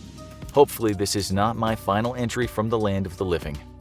0228 hours. I am not going back to sleep, and I am seriously considering breaking a window to get out. I slept for a while, but I got woken up about a half an hour ago suddenly. I'm not sure why. I vaguely remember having a dream of being inside this building and somebody I couldn't quite see was trying to get my attention. Can't explain it, weird dream stuff, but this person was distorted and looked like a blur, and when they spoke it was all muffled. Then they grabbed me and shook me and I woke up. Very creepy stuff. Just a few seconds after waking up I heard the clicking noise again. It was much louder without the TV on, and here's the thing, I had kept the TV on purpose so the noise of real living people would make me feel better as I slept. I even checked to make sure it had no auto turn off function enabled, and yet, when I woke up, the TV was off. Also, my laptop was turned so that when I opened it back up, the screen was facing away from me. I very clearly remember just shutting the laptop closed, while obviously facing me because I had just been writing to you guys on it. But when I woke up and opened it, it was facing away. This is all really starting to be too much. I really don't do well with ghost crap. I'm still terrified of the poltergeist movies. 0510 hours. I haven't been able to sleep, or maybe I just don't want to. I've stayed up watching TV and turned all the lights in the building back on. I'm officially on high alert. It's all thanks to that damn clicking sound. I got a hunch about half an hour ago when I heard it again, and I went into the exam room, started tapping on things with my fingernail. Tried the floor. Nope, not the right pitch. I tried an examination table. Again, not quite right. I tried one of those medical storage chests. Nope, not it. Then I tried one of the cabinets the bodies are kept in, and it sounded almost right. I opened it a little bit, catching a glimpse of very purple toes in the process, and tapped on the metal lid from the inside. Perfect match. Listen, this thing still might be a mouse or a rat or maybe a big roach, but I am officially done with this challenge. The only thing keeping me from prying open a window and trying to crawl out is the fact that I know in less than 2 hours I'll be let out, and I really don't want to cause trouble for the show.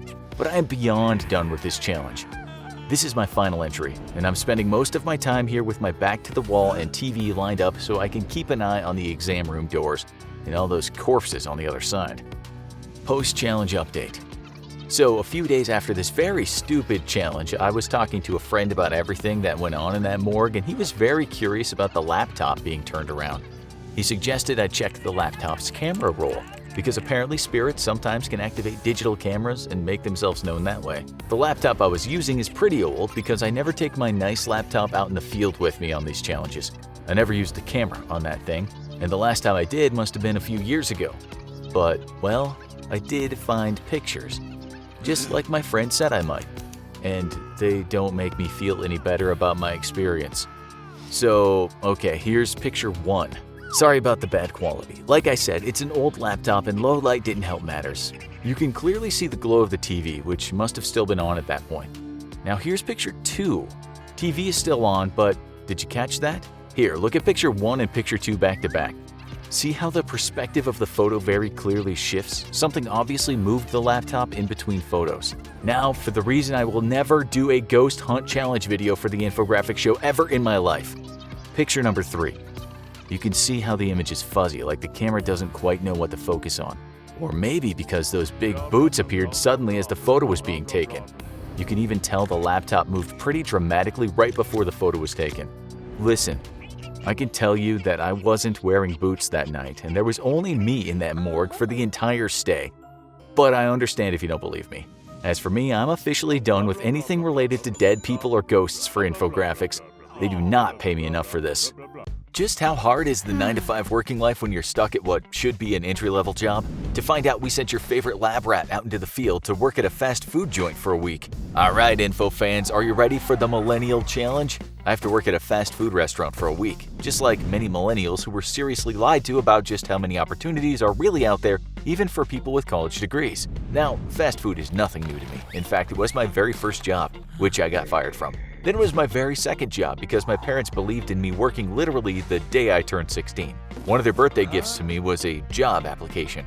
I ended up working part-time while going to school, and I'm glad I learned that strong work ethic at a young age. But heading back into the low-wage sector of the job force definitely feels different almost 20 years later. First, no, I can't tell you where I was working for legal reasons, but I can give you a hint. The ice cream machine wasn't working a single day I was there. Starting on day 1, it already felt weird to walk into my new job in my mid-30s. Let's face it, there's a stigma about fast food work. It's supposed to be entry-level, but if you're there for years or are older, then there's clearly something wrong with you. And I really hate that stigma because you really shouldn't be looking down on anyone who's putting in an honest day's work. But it's hard to deny that I definitely felt a bit of shame in my uniform. I also felt like the people were literally looking down on me the entire week I was there. Although I'd soon learn that that had nothing to do with my age and everything to do with the fact that society treats fast food workers like complete dog crap. It's almost like people feel entitled to be rude or look down on or denigrate fast food workers because, hey, it's fast food. If you wanted respect, you should have gotten a real job like digging ditches with your bare hands or designing space planes. Except for many people living in less than ideal situations, neither of those are realistic options. A mother of 2 with health problems isn't going to work on a road crew, and a young girl from a poor family who can't afford college isn't going to be designing space planes. Not because they're lazy, but because circumstances. In case you couldn't tell, the elitism from people looking down on fast food workers who want a living wage really seriously bothers me. Anyways, day 1 was a disaster. I can already read the comments. What's so hard about flipping burgers? Well, you try handling a lunch rush with hundreds of customers, all of whom need their meals within minutes or they'll be late getting back to their own job. Oh, and at least half had a serious attitude. I worked hard in my life, but after day 1 on the line, I was aching. I came home from my first day stinking of grease, which made the girlfriend crinkle up her nose in disgust because she won't even touch fast food. The dog, however, was basically my best friend until I hopped in the shower. He absolutely loved the smell of stale grease and hamburgers. On day 2, I got to train on the drive-thru, and I was actually decent at it. I used to work a drive-thru at one of my fast food jobs when I was a teenager, and honestly, most of the pressure comes from being afraid to talk to people. I definitely don't have an issue with that, so it was just a matter of learning the computer menus. My trainer, whom we'll call Rosa, was a pretty impressive person. She was whip-smart, confident, and worked at lightning speed. During our lunch break, we got to know each other some, and she told me she really wanted to be a writer. Even though she'd gotten a scholarship to a very good art school, she couldn't afford the cost of living expenses. So here she was, trying to put money aside so she could eventually go. I was really excited to hear she wanted to be a writer, and it was hard for me to hide the fact that that's my real job. My only hiccup in the day came when I was in too much of a rush and went to hand a drink over to the customer, but clipped the bottom of the drive-thru window with the cup. It immediately knocked back toward me and soaked my crotch in soda. With no change of pants available, I basically had to marinate my Hugh Jackman and the boys in sugary syrup until I got home, at which point the dog practically dove headfirst to my crotch looking for a sugary treat. Day 3, I finally met every fast food worker's worst nightmare, the dreaded Karen.